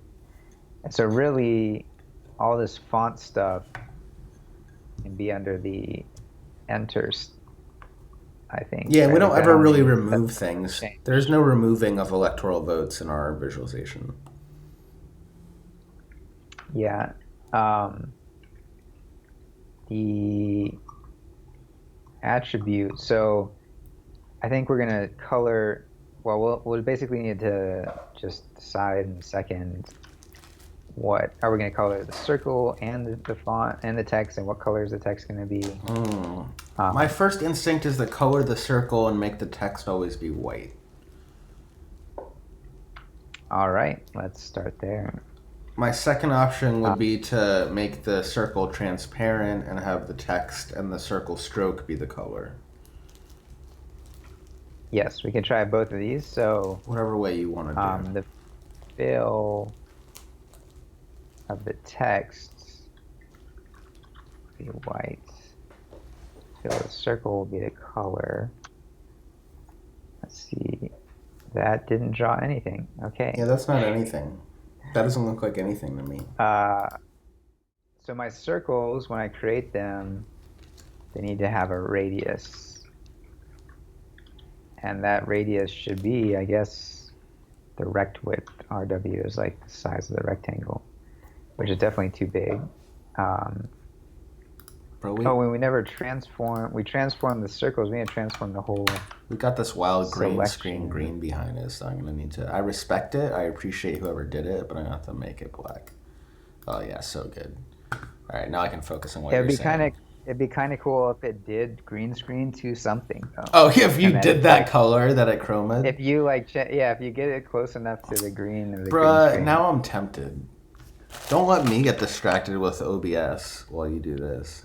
All right, all right, that's like a that's another thing. Let's see. So circles, there are circles here, but they're not moving in the right place because and they need to be. Um, let's take a look at where they're at. I mean, you can just inspect DOM. Sometimes you have to do it twice. All right, so that's the Yes, text I for can. this label. I don't want that. I want these units. So the G, they don't have a transform on them, but they really should.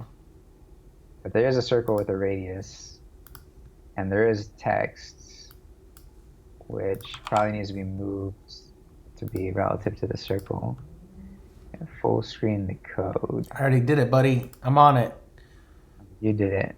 Okay, cool. All right, so why am I not getting a transform? We do the transform here. Do you return your Okay. selection like you're supposed to?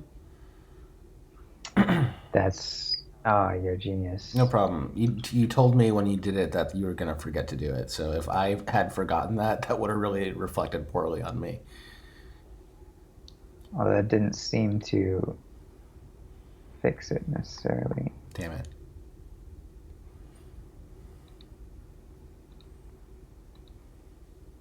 Well, you got lots of G But units.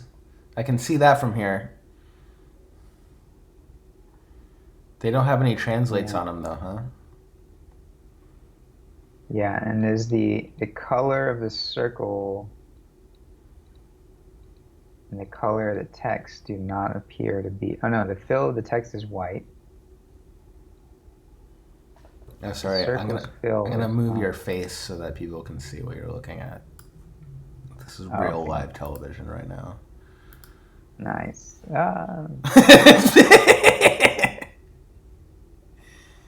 Yeah. Earthquake. Oh, don't joke about No, 2020. it's not Yeah. possible. So you're saying there's no transform and no color on the circle or the text?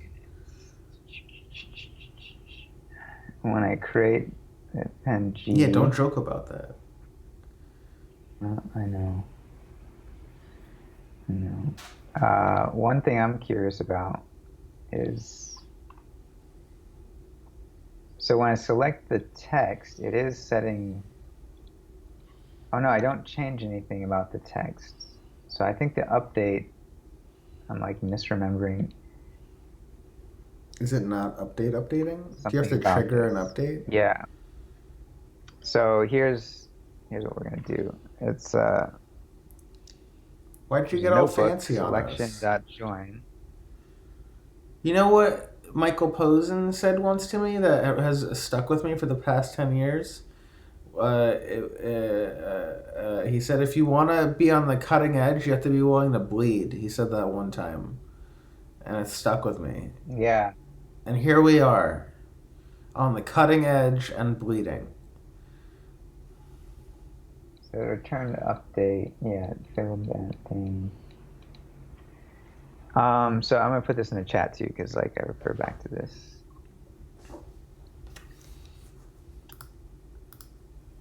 I'm also gonna remove. I'm gonna get rid of our exit thing.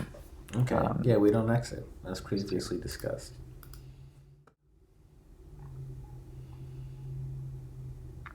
but something's telling me it's like something's wrong with the data. So let me look at units 2016, and I'm trying to when I update update the transform with the d.uis.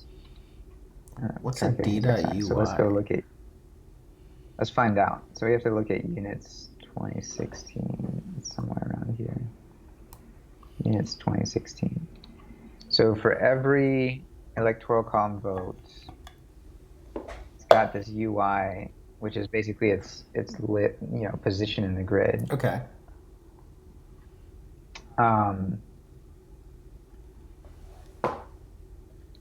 For each one of the votes, it actually has the state's information. But then we end up having this D, like this tells you if this unit is a Democrat or Republican, like at that point. That's cool, I guess.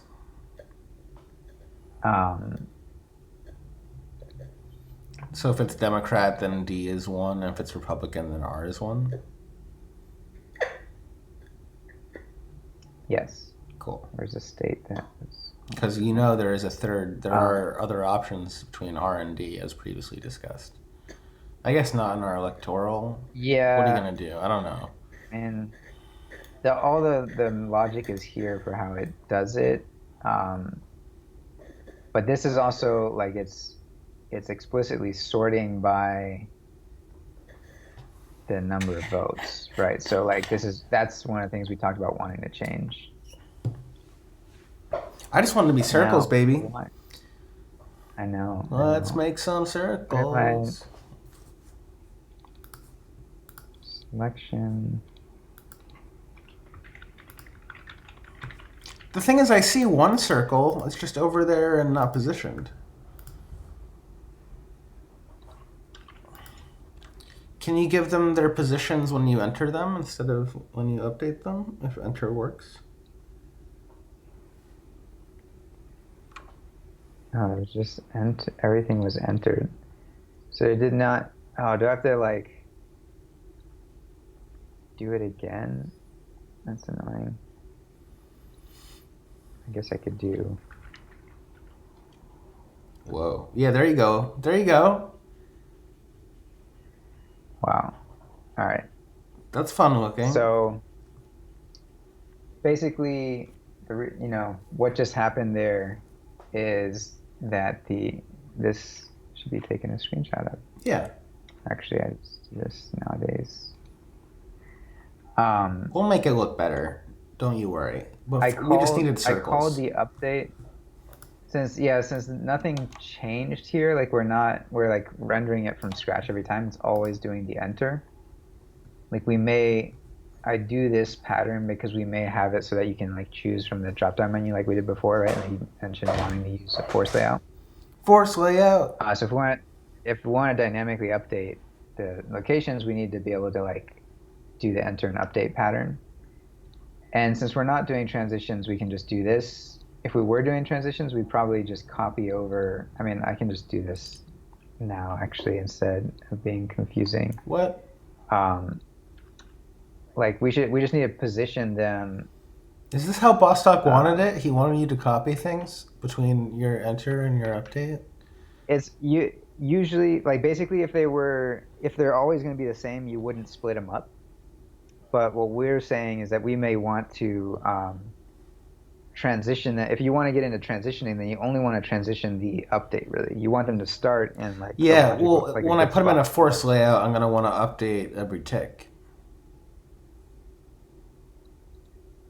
Exactly. Yeah. So that's fine. So we just want to make sure that when they get started, when they're first made, that they have the attributes that they need. And really, we can get into this. I don't think we need to update the text once we've made it, but I'm just gonna. So that should have been there. So now the only thing is that the circles are being placed. Their 0, 0 is kind of like different. Like the text starts at the bottom left, and the circle starts. Well, let me middle somewhere. Let me style. What is it? Text align. Middle. SVG's stuff is weird. Yeah, I know. It's not text align. It's like text anchor. I would say. Yeah, text anchor. I think is. And then the Y should be a little different on it. Do text elements get a Y? Yes, you can actually change X and Y because right now we're positioning them mainly with the transform of the group. So we can change their X and Y. There's also a DX, DY, which can push around. You can make X, or you can make Y negative, right? Yes. Y, we'll do like. But I think you want to make it positive because positive goes down. That sounds right. That sounds right to me. I hate that command enter doesn't work on observable. A shift enter. No. To make a new line when you're like in a line on like a normal IDE, you can command enter, and that's like how. It's how I do things most of the time. I think this is nice. That's my phone telling me that it's time to go to bed. Not yet, sir. Nope. You go to bed, phone. I'm coding with fire. Okay. So, I don't think that I made the right move here, but okay. We also need to like give these all a little bit more space. So I need. Yeah, we need bigger. Sir, we need. Can you make everything bigger? Can you make our whole world here bigger? And can you? I'm sorry to be like this. Can we have more rows? Absolutely. I mean, I actually have these parameterized here. So basically, if we say row 7, it's gonna like spread it Yeah, out. more. Or, Make it 8. oops. Yay! Now Uh, enormous. Now bigger. Now so much bigger. yeah, so then we can make this bigger too. Woo! Great stuff. So it's getting bigger. I guess it's Nice. less useful as a bar chart the more we do this. This feels wrong. Yeah. Why does this feel wrong? What? Well, well, I mean, I think it should be a little easier to read before we get it totally feeling Well, I'm not wrong. saying print it right I think now. it could feel, well, I'm saying like I think it will feel a little better if it, well, we should do two things. We should just also copy it, like make another version where the colors, it's a stroke based. Um, Yeah. All right. You got it. I'll be doing that down below. See you in another cell. okay. And I'm gonna just shrink the text a little bit and uh, font size. I'm just gonna go for it. -5.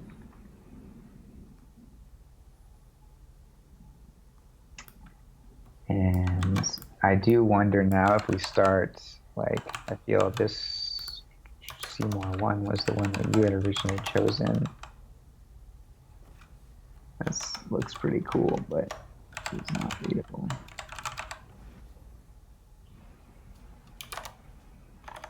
I wonder if I can switch this over to.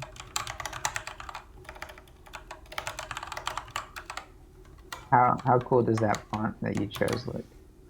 It's all right. It's not my best work. It's cutting in.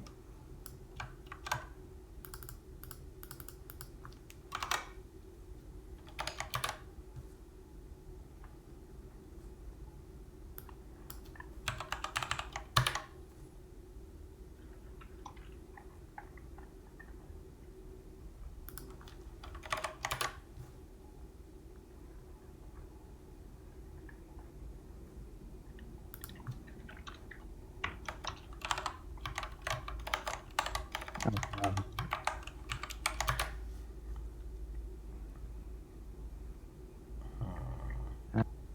2 it was.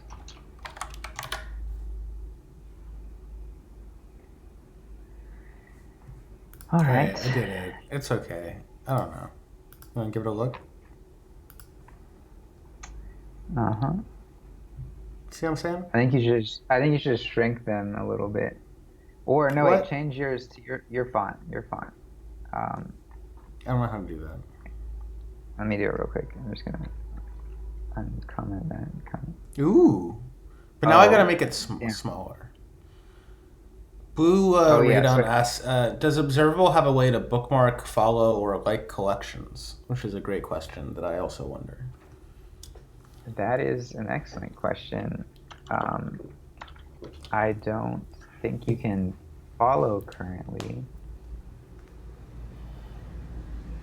That'd be cool, but that would be, like yeah, starring a repo or something. yeah. I think these are being pushed down too much.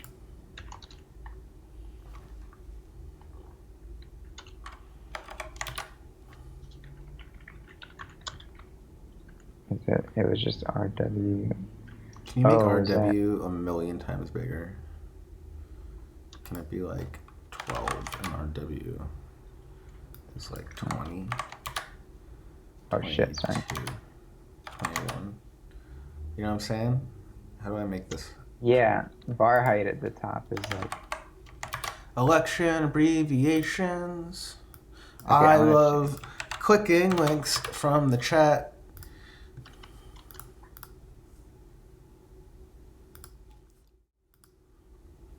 Ooh, what's going on here? Snake chart. All Oh right. man, this is starting to look cool. Oh, built by Aaron. Interesting.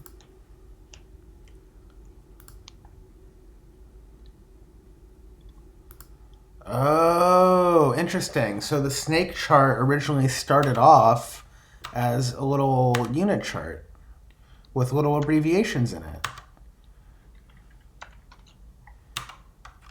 We follow in the footsteps of giants. Nice. Thank you for that link. Yeah, that's looking really sick, Ian.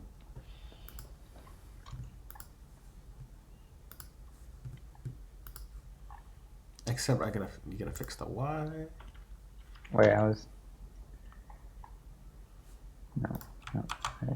Bro, I'm literally vibrating from the Red Bull now, so I don't really know what to do about that. Nice. Are you changing the Y? You want to change the Y real quick? Yeah, I don't know. Or What do you changing the like? Y? I made it programmatic. I forget. Oh no, I didn't. Yeah, I changed it back. No, I like. I think maybe 2. If it's at 5 right now, then 2.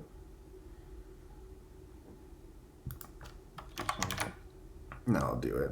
How about A little bit more, like 1 pixel down, maybe. that? 2.5. That looks freaking cool. Yeah, there's something about that. So now, if they were ordered, I have to make them slightly smaller. I'm so because some of them are bumping. yeah, some of them. Also, we don't necessarily have to have like we There could we have a go. little more spacing. Do you want the circles touching like that? I want everything to be a little bigger now. That I've gotten my ratios right. Like I want 2 more of these and something like that. Oh jeez. Oh jeez.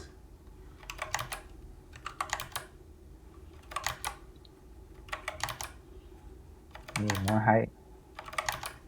Yeah, I do need more height. Even more?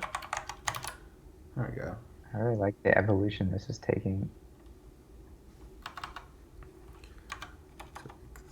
I feel like if the circles were touching even like touching more, it would have this like fence-like quality. I don't know, like a. So wait,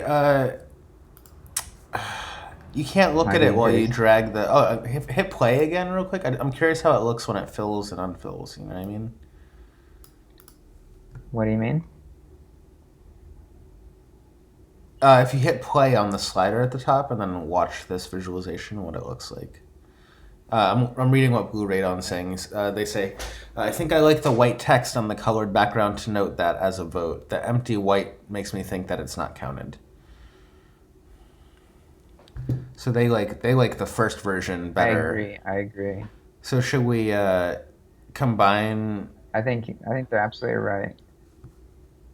Well, not absolutely, but Or should I want should they switch yes. when they get counted? I guess from white background to filled background with white text. I think there's a couple of things. If we had the stroke when it's unknown be colored by its and then when it's known, it's filled in like set like yeah. Even more complicated.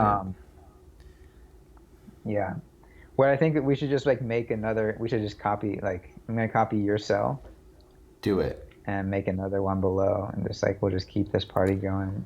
If anybody from Observable is watching, the thing we're doing right now of like iterating on cells and wanting to save them, I wish it was so much easier and didn't fill this notebook up with like more. Like I wish it like cached each version as we made it. Theoretically, we could be forking, right? We could make a new notebook for every. That's not right one of though. these. We're like forking within this concept. Like in Logic, if I open up Logic, I could do like new alternative to whatever song I'm in. You know what I mean? I see. That's an interesting concept. Fork a cell. Yeah, exactly. Yo, fork a cell. Whoosh. Yeah. Fork a All right, so cell? That's there's wild. Pull requests for cells, and then you could just select between different people's options, and it would change all the other cells in a notebook. That's so genius. That sounds awesome. Fork a cell. That's good stuff. nice, nice. I will let the team know. Um, okay, so there's a couple things we want to do. That logic for filled in versus not. Let's get that first. I'm still So debating whether this complicated procedure to do that graphic operation is the best use of time. I think it's gonna be super quick, and I think it's gonna be interesting because when we do the sorting, it's gonna make a big difference. Okay, So let me if just you try it think real so. quick because we already I have the believe in color you. function. Um, so Well, it instead just of means in your d.color, stroke, you have to do stroke if it's selected or not. Do this thing. If it's not, then do that. It's two. yeah. Sorry, it's two ternaries. You gotta write two ternaries. So there's a fill and wait, why does it say fill update fill? It's a stroke here, so the update doesn't get called, so we're not actually doing that right now. We don't. This isn't really. Wait, why What? did that select? What are you saying? Sorry, I'm just seeing because here's the stroke where we color it by the winner, basically, or whatever it's supposed to be each time. But what we want is, um, if it's, I think there's a d.u, or is it just d.r? Maybe if it's not d.r and then not d.d. Nice. So if it's an unknown one, return color d.state. I think that will do, yes. Whoa, So there's that's that. pretty cool too. And if we were to go back to This like is the fun. beginning. Fun stuff. Cool idea. So what we want, right, is for this to sort according to these leanings so that the grayest ones would be in the middle and like Yeah, so it makes sense. It's lower clearly color. out of order, right? Like when you look at it, you're like, oh, that thing's out of order. Mm-hmm. So that's like the very next step. Although changing the style, I would like to do that real quick. So if we have I believe in you. matter fill, okay, you have transparent right now, so let's comment that out, and we'll just have a. This is how much we appreciate our viewers and fans. You say it in the chat. Ian makes it happen. Come coding with fire. Tell your friends. Hit that like and subscribe button. Yeah. Are those buttons that we have? Which buttons do we have?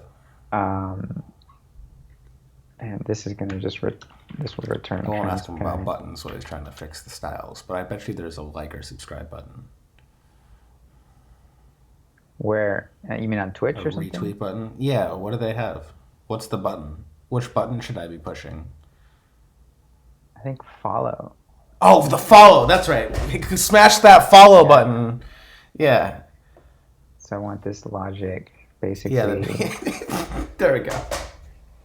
Thank you. Text return.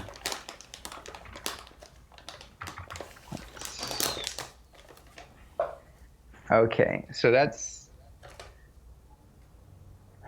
okay, but then these are like really fit. You can't read. I think the text should be gray if it's not. I don't. Why gray? No, why is it doing that? Where did I? Not mean to do that here. That's the stroke there.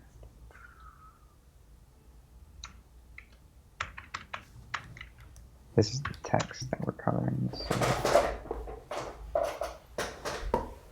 I guess, yeah, now really this should be sorted, and then hopefully it would look reasonable. Yeah, that'll help a lot.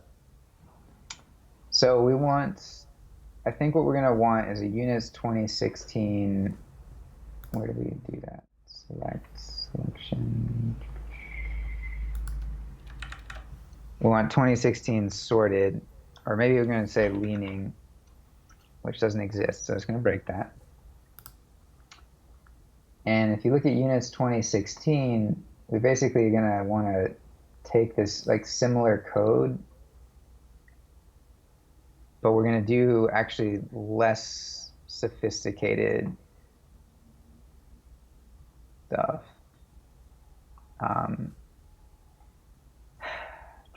I'm still going to copy paste this and then trim it down because that's the way my mind works right now. So what we're actually going to do is, instead of filtering all the states as unknowns and this or that, we don't care about that. We just want leaned is, I guess I'm gonna make a copy of the states, sort them. So this is gonna, not in order of votes, but I need the leaning. So I need to be able to get. Is that like a raw value you get from 538? Or it's like R plus 36 or D plus 12 or something, right? That is a good question. Let's look at. No, I don't use leanings here yet, but we have it somewhere down here. Yeah, we parse out. This was the results. Where's the leanings?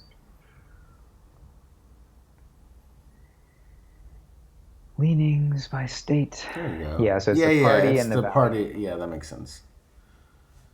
So I need to get the value. See what I'm saying? This notebook is huge as fuck. This notebook has 10 million things in it. I know you know that. Well, part of that is because I basically made this one by forking the last one we did in the stream, which was pretty intense, right? A lot of force. Layout stuff that we did, and a lot of data. We brought all this stuff together, in together, and then I basically just like threw away that and redid the way I was doing the layout, so that I got these bars. Like I wanted to build up from the ground up to get these, but I left all the functions and all the extra stuff in there. So it's my fault. I have like a cluttered workshop in this case. Don't be sorry. I'm just saying, like, there's no mechanisms by which you could unclutter your workshop. That is, yeah, that is like a thing that we want for sure. It's like not possible. You couldn't clean up if you wanted to. Yeah. So instead of going through these, we'll just copy this for each. We need to. Yeah, so this is going to be the states. So we're sorting them. So you're basically, you're trying to return a value that you can use to decide where they go? Like to use for your sort, basically?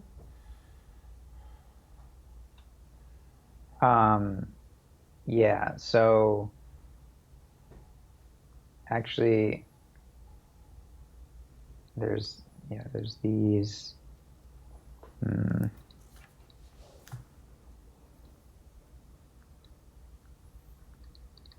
Well, really, I should use something like this. But yeah, essentially, I want a unit for every state, but I want to like add the units in the order of the states, right? And in the case of this more complicated one, I was like, first I'm going to put down all the Democrat ones, then I'm going to put down all the unknown ones, and then I'm going to put down all the Republican ones. Mm-hmm. And now what we're saying is like they're already ordered. So I just need to go through state by state and make the units for each one. And really, right, what I was doing is I was looking at the election results to say like what the final value would be.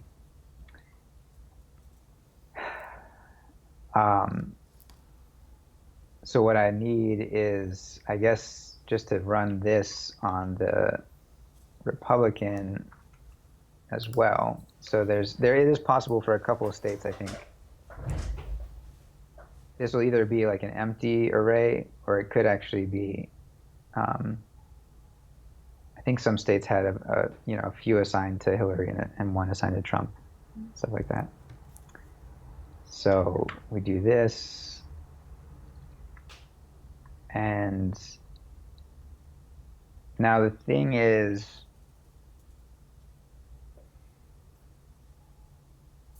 yeah, this will be for the state. I guess any unknown ones we would put.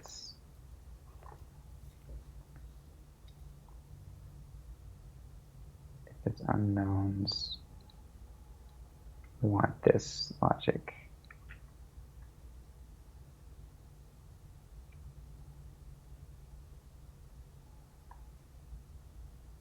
So I had some special logic for if we don't know the vote, these votes. So it's a redundant vote. And then I'm just going to start erasing code here. Erase. And then it adds the don't need any of that. Whoa, that's crazy. Whatever you just did. Is it doing stuff? Yeah, it's made the chart very strange. Whoa. That's not right. But it looks kind of cool, so I'm going to save the screenshot of that. It looks like it's in alphabetical order. Also, there's too many, like our width is too high or something. Yeah, I don't completely understand. I think the it also has filled Alaska and empty Alaska, and filled Arizona and empty Arizona, so. Yeah, there's something going on there. It's got more things than it's meant to, I'm pretty sure. Yeah, I'm doing something off here. So, but let me just make sure we need more rows. 18. I think the size is just like too big. But the nation didn't dramatically increase the electoral college from the last time we made this cell and now. Oh, it's because I'm making too many things. That's why it's too big. Yeah. Sorry. I was not like that. Sorry. That's what I'm saying. You just said. You're like, let's fit in all these new electoral votes that we have all of a sudden. This is just a normal thing that happens. Sure sometimes you have 1,000. You're like, sometimes you just have 1,000 electoral votes. You got to accommodate that by making the height bigger. Pretty standard database stuff. We should be able to see that. Yeah, 1045 here. All right, I'm almost certain that this is wrong. This is too many. It should just always be this. It should be subtracting. So yeah, that makes 538 again. That seems better. All right, but they're all certain, and that's not... Except for Hawaii, Maine, Texas, and Washington? And they also don't change as the election updates. Because this is the end. Yeah, these are all based on the end result, essentially, which is kind of, I think, is what's going on right here. And because these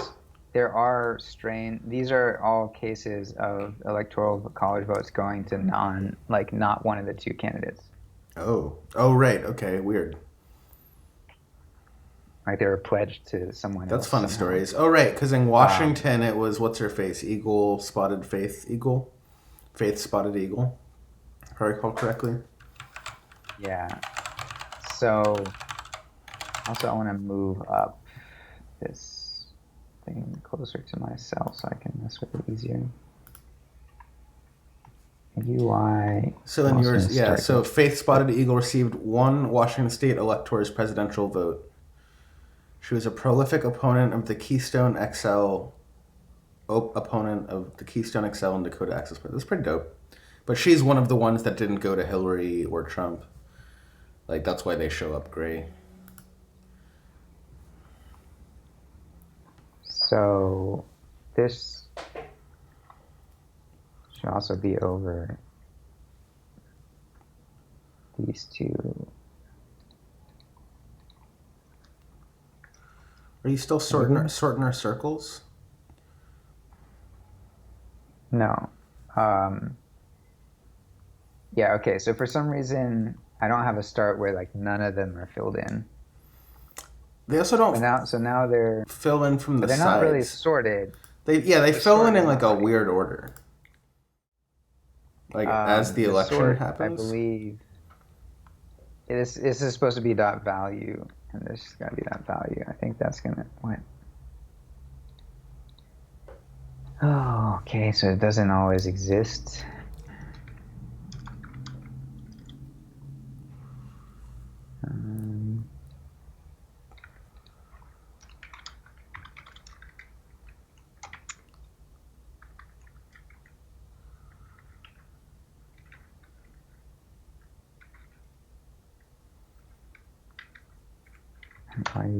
Why is this? Okay. So I'm not, okay, so I think sometimes, yeah, if not LA, return, LB, return 1, I guess, I don't know. That's interesting. I think it's wrong, though. I think it's wrong, too.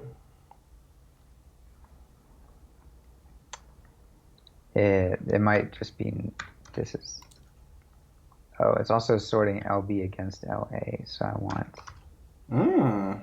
Sort of. No, so this is ordering by most intensely, yeah. So this is kind of that's how partisan.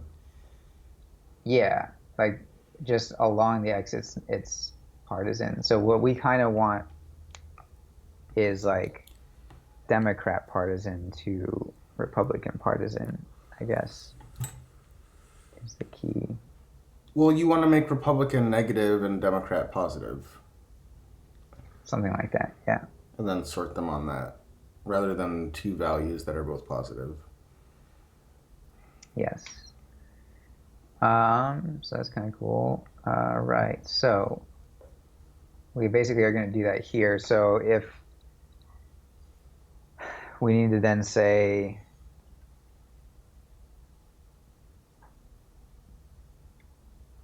so this isn't not, I guess this is going to work. Well,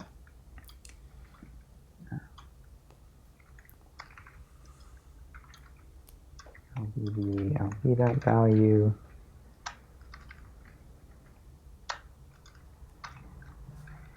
And so if a dot Democrat, what? So Democrat's going to be -1. I'm going to grab a seltzer. I believe in you. All right.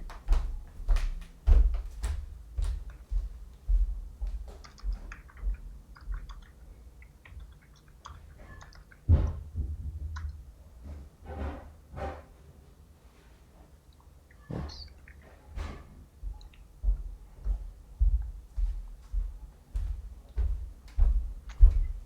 Did not do the thing. No, all that math you're doing is real confusing to me, I'm going to be honest.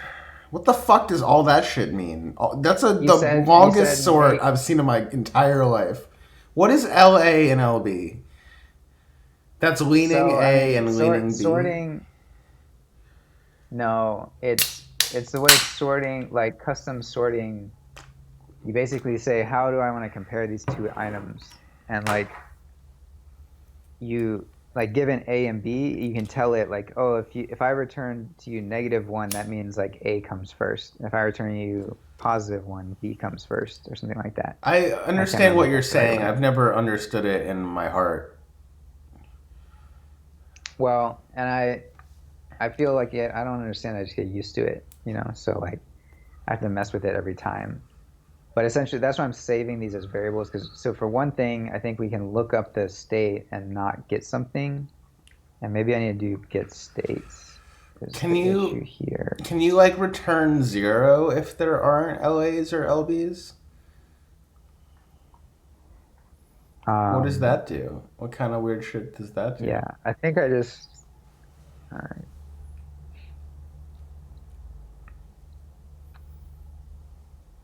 Um, I was trying to make it like you said to where like if it's a Democrat value, it gets smaller, Oh yeah, or yeah. it turns negative, and if it's a otherwise it's positive. And I think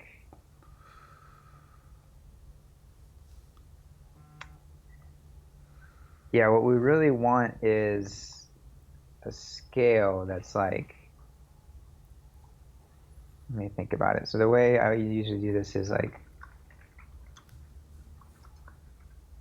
or I guess D3. So a linear scale, and like we could actually like draw this out, but it's gonna have a domain and a range. And I want to spread the like basically the Democrat to Republican Yeah, from 0 to like width or something like that, right? Like more or less. sure. And so the leaning, I guess that's what the color scale does. So maybe I should look at that. Yeah, I feel like we already did this once. This like it does it. Okay, there's a Dem scale and a Republican scale. Okay, but this is a color scale. So there's an extent. So we want something like this. Let's say lean scale. So based on the state, it gets to the state. But this is going to be, That's gonna return sort stuff instead of scale stuff, right? yeah. I think it's going to be like rep extent. Wait, are you getting their positions or what you're gonna sort by?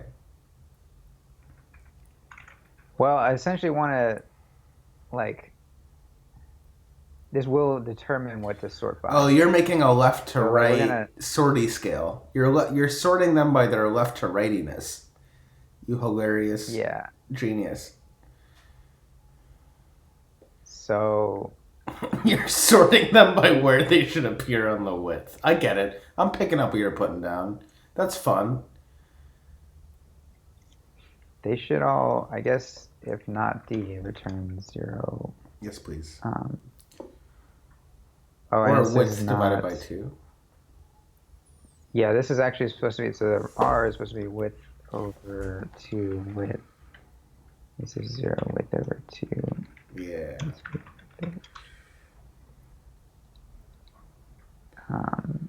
If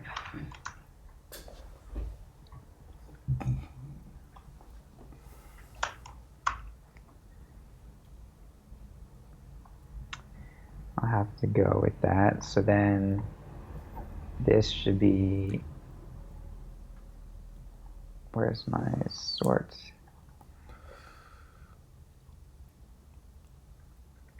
So I should be able to like get rid of all this and just say return lean scale b a dot state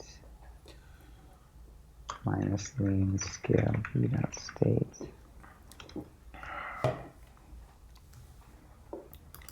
Does it look like, hey, kind of, Now we're I talking. got it. The Democrats are backwards. Hey, let's not get political, buddy. Yeah, those backwards ass. Yes. I didn't say it. Yes, out of context. I'm looking forward to that. We're being recorded. Yeah, exactly. Got to clip that. This is Gotta this, clip. Yeah, someone's gonna clip it, and I'll taste some of that good old online. yeah. The Democrats are backwards. Ian Johnson. Yeah. Boom. Heard it here first. All right, so let's fix that real quick. So that I think this will do it. We'll just flip that. Dun, da, da. Yes. Okay. So now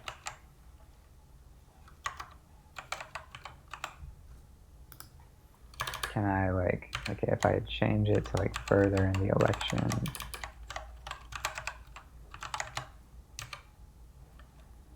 So this is the moment it crossed. That's interesting. So the main ones lit up over in what would be Democrat land. Yeah, that's how you know it's going badly, when in the middle of the night it looks like that. Yeah.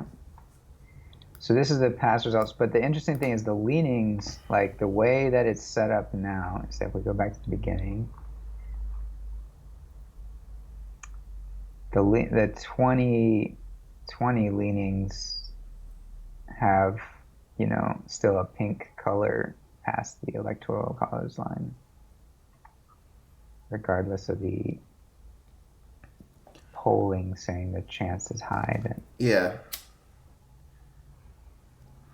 I like our chart. This one's pretty cool. So I have a question for you. I added a transition for all circles, and when I hit play, I really expected that it would transition, but I was wrong. Nice. Thanks, Blue Radar. Oh yeah, thank you.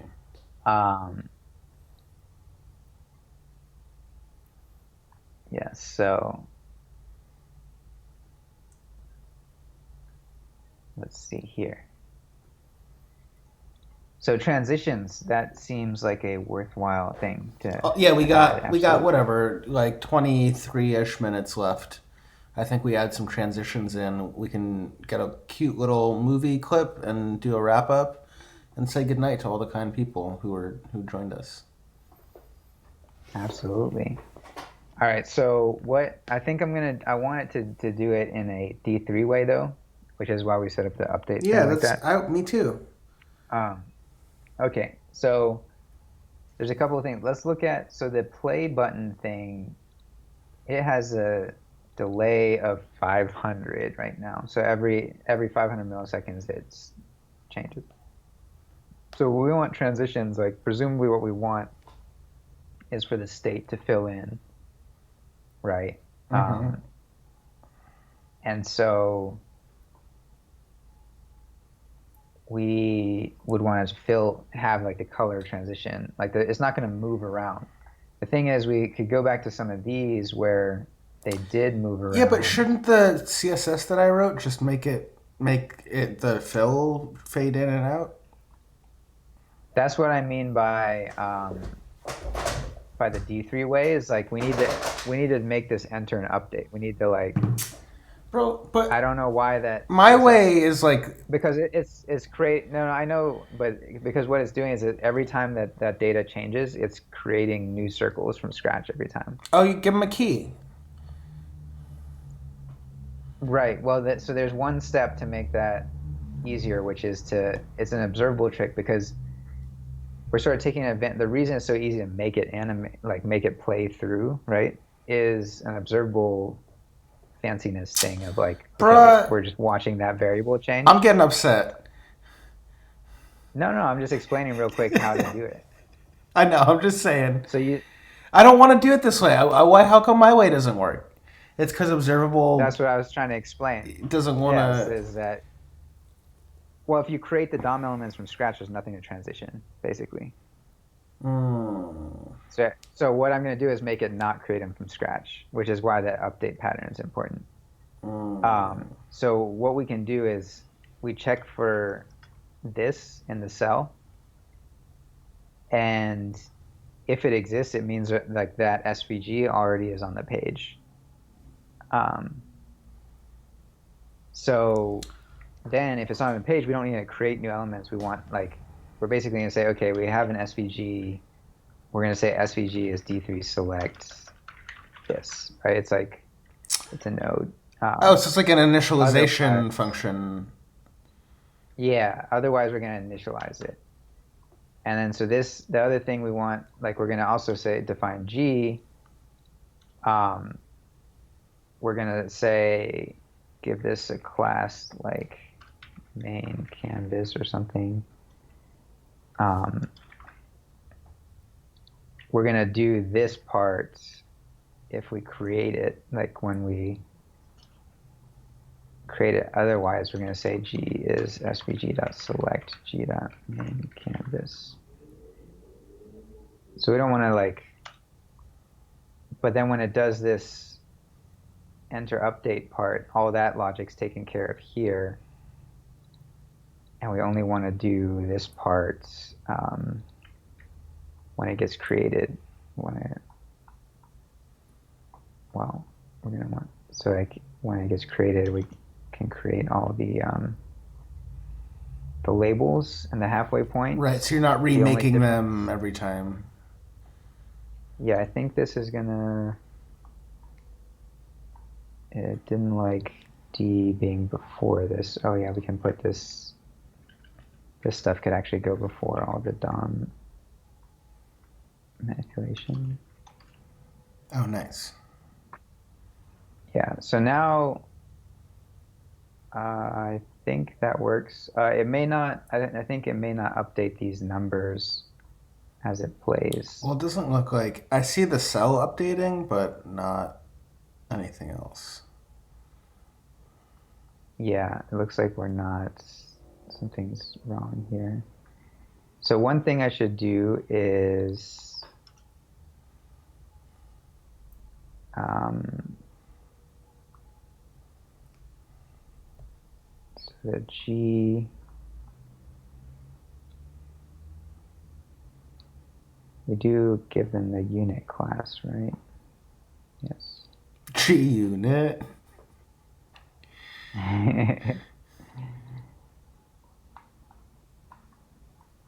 Okay, so there's two things I can do. Like the first thing is making sure that these update properly. Also, if what happened? Did you edit something? No, sir. Okay. If I comment out your style thing, does it? No, it doesn't seem to be changing these. So I'm going to first make sure that it updates the text here. So we should be able to say g.select texts. This one. Yeah, it's like dem count or something. Like ret result, yeah. And then, so we need to update that text to be something else. And then this one will be Republican results. And this will be text.democrat result.text D.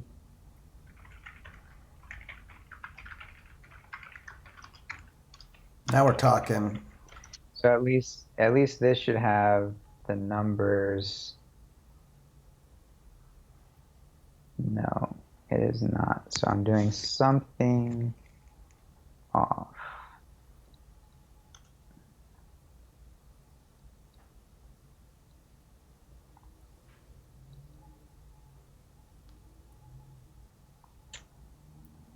I feel like this part. Now I'm trying to remember where I did this recently in a notebook if I'm forgetting something about doing that. Because, okay, start 75, 72, that's just not right. If I pause this, change it to 210, 239. These are the same. I should be able to just log out. Okay, I have error intent. Oh, that was from before when you were filling stuff out. Yeah. Oh. All right. So in the case that it's not this, DNR, or I mean, sorry, if this exists, doesn't exist. Oops. Okay, so that's the first time. So 21039, it goes there. Then if I change it to a much, yeah, so it gives me the smaller numbers. But, whoa, That's weird. position. Oh, it's because the console's open, I guess. Oh, yeah. Okay, and then I re-rendered it, did it. I think I need to update their position as well, based on X and Y or something. But you right? legit Like have to rewrite everything you do again in the like update thing. No, I mean this is a common. Well, that's the thing, is like when you're, yeah, like not everything. I just have to say, make sure that things get initialized with the right um thing, I think. Uh, is that right? X. Oh no, it's this. So it's really just those two lines. So now if I play, it's still not updating them.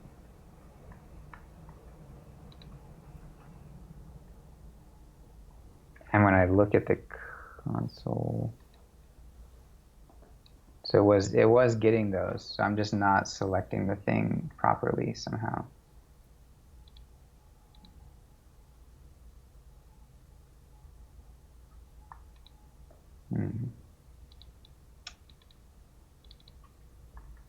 I make sure that they actually have the class that I think. Democrat results. Yeah, that all looks great.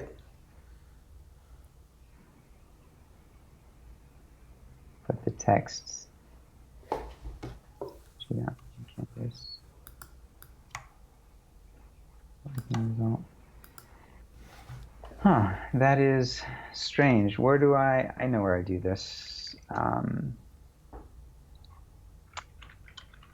actually doing this in a workshop, so I should really know. Oh, I teach this. Yeah, right? That's crazy. So I want to get into it with people, because this has nice transitions. Ooh, yeah, that's the good stuff. Yeah, no, it's exactly this though. Else I create it, and I set the width and height though. I enter, turn selection, do transitions, turn the node, scatter. So I'm not sure exactly where I'm going wrong with. Well, your update not selecting. doesn't return selection, I don't think. I wonder if my g.main canvas, that should be right? Yeah, that looks fine. All right, yeah, this is good. I'm good with this. But it's not.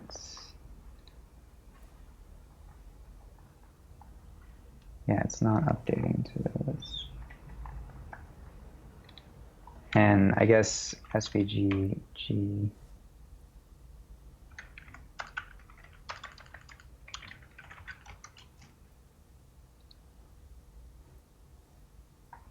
Okay, so when I change it back to this.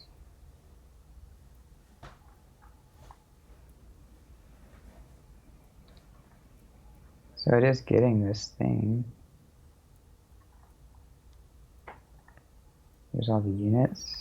But it's just basically never updating, is what it seems like. Like it initializes, and then the JavaScript executes for it updating, but the graphic never updates.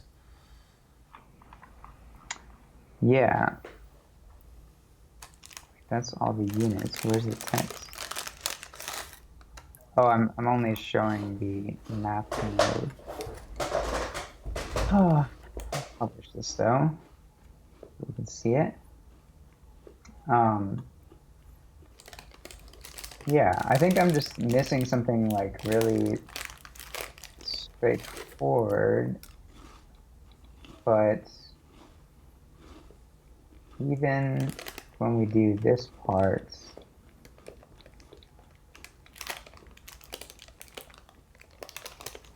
I guess this is actually where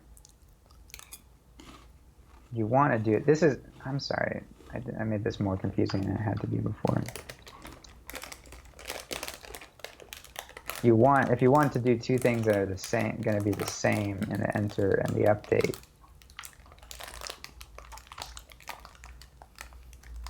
you put them after. That's what I was wondering. I was like, you have to write it twice? Yeah, you shouldn't. I don't know. I'm a little out of it, I guess, for my challenging. So we had different logic though for the Fires to fire. Oh wait, for the circle and the text. Huh? Fires to fire. Fuego to fuego. I believe in you. Keep doing what you're doing. I'm eating Ritz crackers. Okay. Nice. I'm gonna bring this down for a second so I don't have to keep scrolling so much to like. I want to see my SVG. Oh, but the main canvas, we append it. God damn it. All right. So these should be svg.select that. So this is only part of the problem. Oh yeah, now they're updating and their position. Great job. Yeah, the position seems off though. Okay.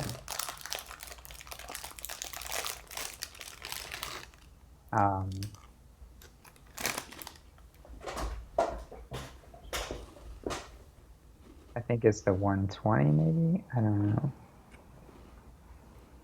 Oh wait, no, these, I don't know, this is to be leaned, but it's the data set we're using. That should be the same. I think should be the same. Okay, so we're still not updating the colors. That's where we want the transition. Yes, sir. We want to, in the updates, we want to transition, and then we want to fill, we want this logic basically. So for the circle, I think actually this is where we do it outside. So when you said the D3 way, you mean doing like dot transition and then putting in the duration in JavaScript? Yeah. I'm with it. I accept this. I think I do it twice. Yeah. We don't want it to fade in necessarily, or we could have them all fade in from white. Yeah, that's fine. When they're created. And the stroke would also, I guess, be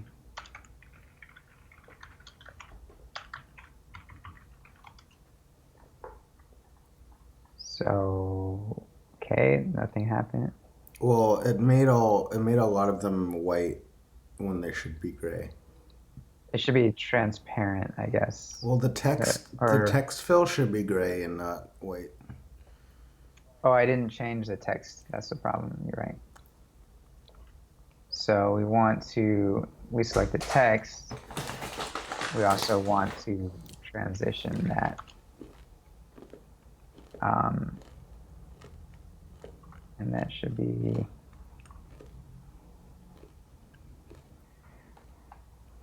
the duration should be something we define outside of this, but I'm just going to put it here because it'll be 500.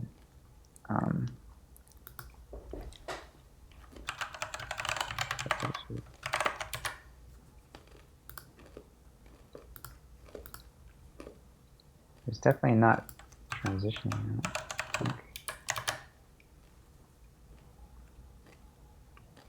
But it is updating them properly. They're just not transitioning. And I think it is because,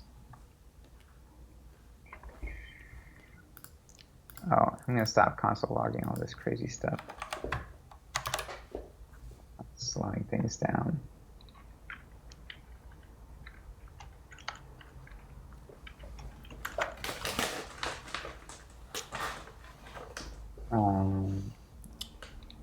All right, we got 5 minutes left. I want to. Okay. I want to see them Make fades. position.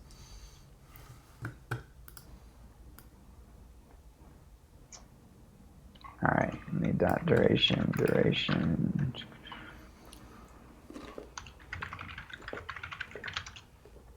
Yeah. And Now we're talking.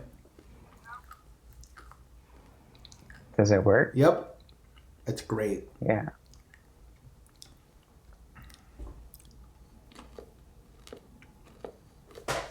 I love it.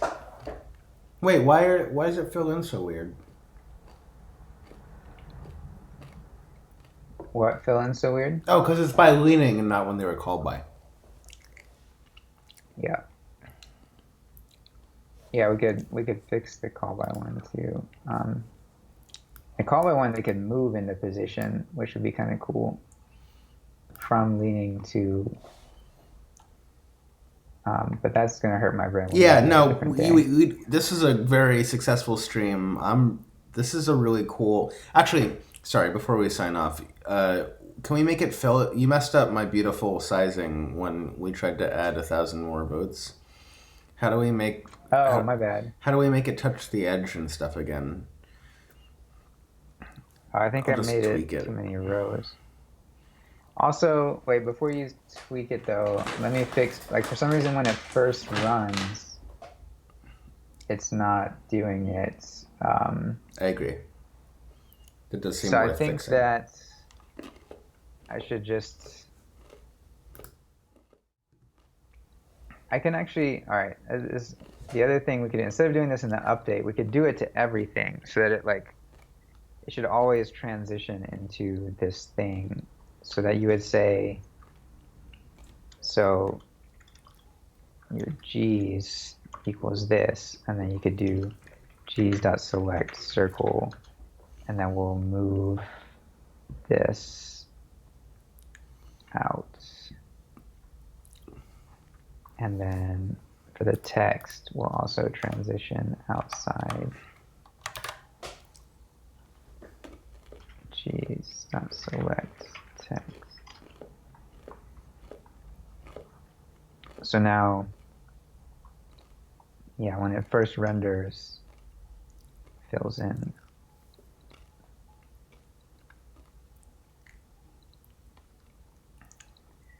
That's a nice effect, yeah. This scale is wrong though for the like the position. It's kind of odd, I guess, because they're no longer sorted in that way. So we should just have it probably be like just always in the middle, right? Like so that you're kind of looking at who's getting to the middle first. What do you mean? These numbers as it goes. Oh yeah, they don't line up right. Around. Yeah, they should just be attached to the Republican and Democrat. Yeah. Or like you said, yeah, attached to the middle is fine. I think it, yeah, and yeah.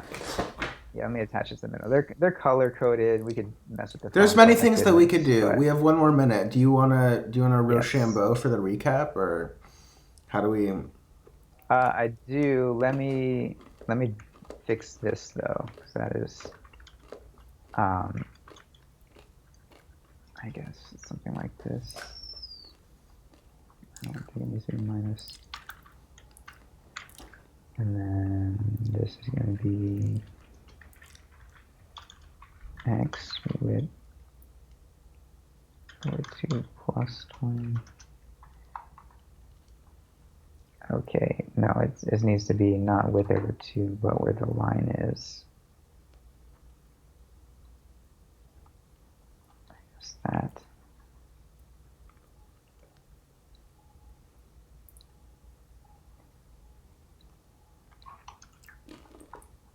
So on either side of the line. Okay, so as they're progressing, you kind of, I think even the 20 difference is too. You almost still want that bar chart now. Oh, in addition? Yeah, right. Well, I guess by having, so let me move this back up. I'm gonna mess around and not pin this one and move it under this. So now if you're watching, so this is actually the like native, wait, is this native resolution? Let me put this in the chat and then we can get to what we're doing here. Yeah, with both of them at the same time, it's really cool. Yeah, with like all these, it's kind of crazy.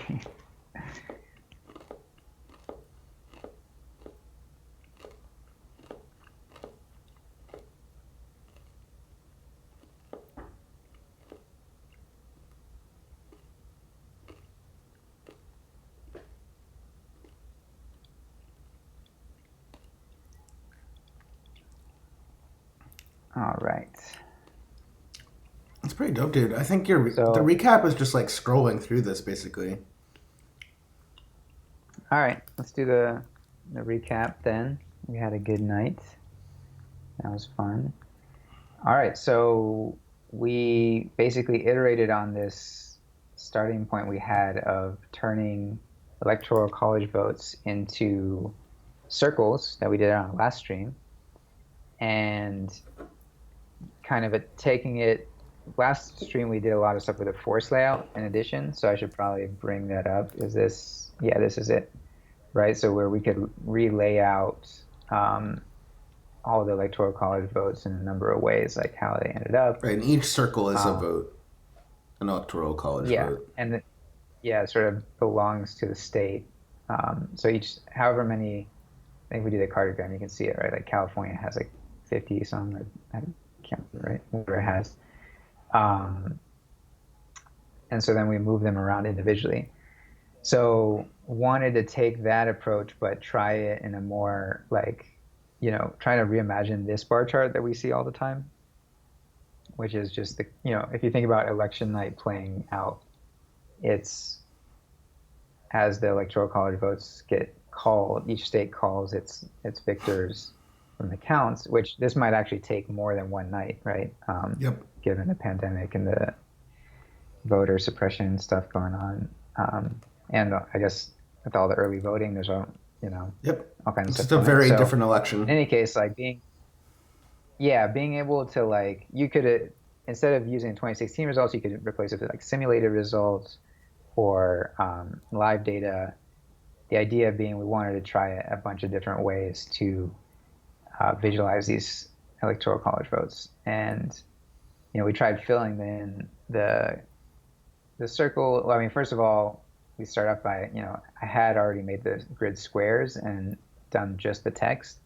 And then you rightfully pointed out how we should make everything circles, because that's what we do here. And so we did that, and we eventually settled on this design where the filled in ones are where they've been called. And when they're not filled in, they're sorted by the political leaning as 538 projects. So there's some model that these are the battleground states essentially end up in the middle. And so the ones that are more likely to just be called for that party, right, as they historically are, you'll see them get filled in earlier in the night, more or less, right, as the this slider controls the playback of the 2016 election. I think it came out dope. We finished it off by getting this to transition nicely. Yeah, getting the transitions going was a nice little touch there. So yeah, it was a good night. Yeah, that was awesome. Definitely interesting exploration. It's good to be back. I'm excited to do a bunch of cool election viz and get it off our chest. Yeah, I mean, and move on to doing some non-COVID, non-election stuff. I guess we got seven more election COVID streams in our system, but this turned out really cool. Yeah, and this season, we're going for this new season model where we're gonna this is election season. We're gonna be doing a lot of these, and then we're gonna switch it up in late November, and do some other stuff. It'll be cool. Exactly. So. It looks like I'm excited for the stuff we have lined up. Doing a season makes it so you can sort of plan things out a little more, and like we definitely do things. We freestyle on the show, but I'm excited to potentially have a little more structure, a little bit more planning into things, which should be cool. And we've been talking to some people that'd be really awesome to get to join us. Some, and by doing, I think, seasons, we can kind of plan that out a little better as well. Totally. Try to make it more of a thing when folks come on. Well, and it also just helps with planning and like promotion of like, oh, we're gonna do this thing next week, whereas now we're sort of like, what are you feeling like doing tonight? You know what I mean? So we'll see how that goes. How we can keep the same energy and also formalize things a bit more so people know what to expect and our guests know what to expect and things like that. But thank you to everybody for hanging out. It's been an awesome stream. Thanks for talking in the chat, retweeting on Twitter, all that stuff. We really appreciate you guys. I really appreciate like this is such a cool way to spend my Sunday and Monday evenings. I'm glad that everybody's willing to come hang out as well. Absolutely. Yeah, super fun. Thanks again for joining us. Thank you, EJ, as always. Word. Let's do it again tomorrow. Take it easy. Yeah, we'll see you guys tomorrow, same time. Have a good night. Night.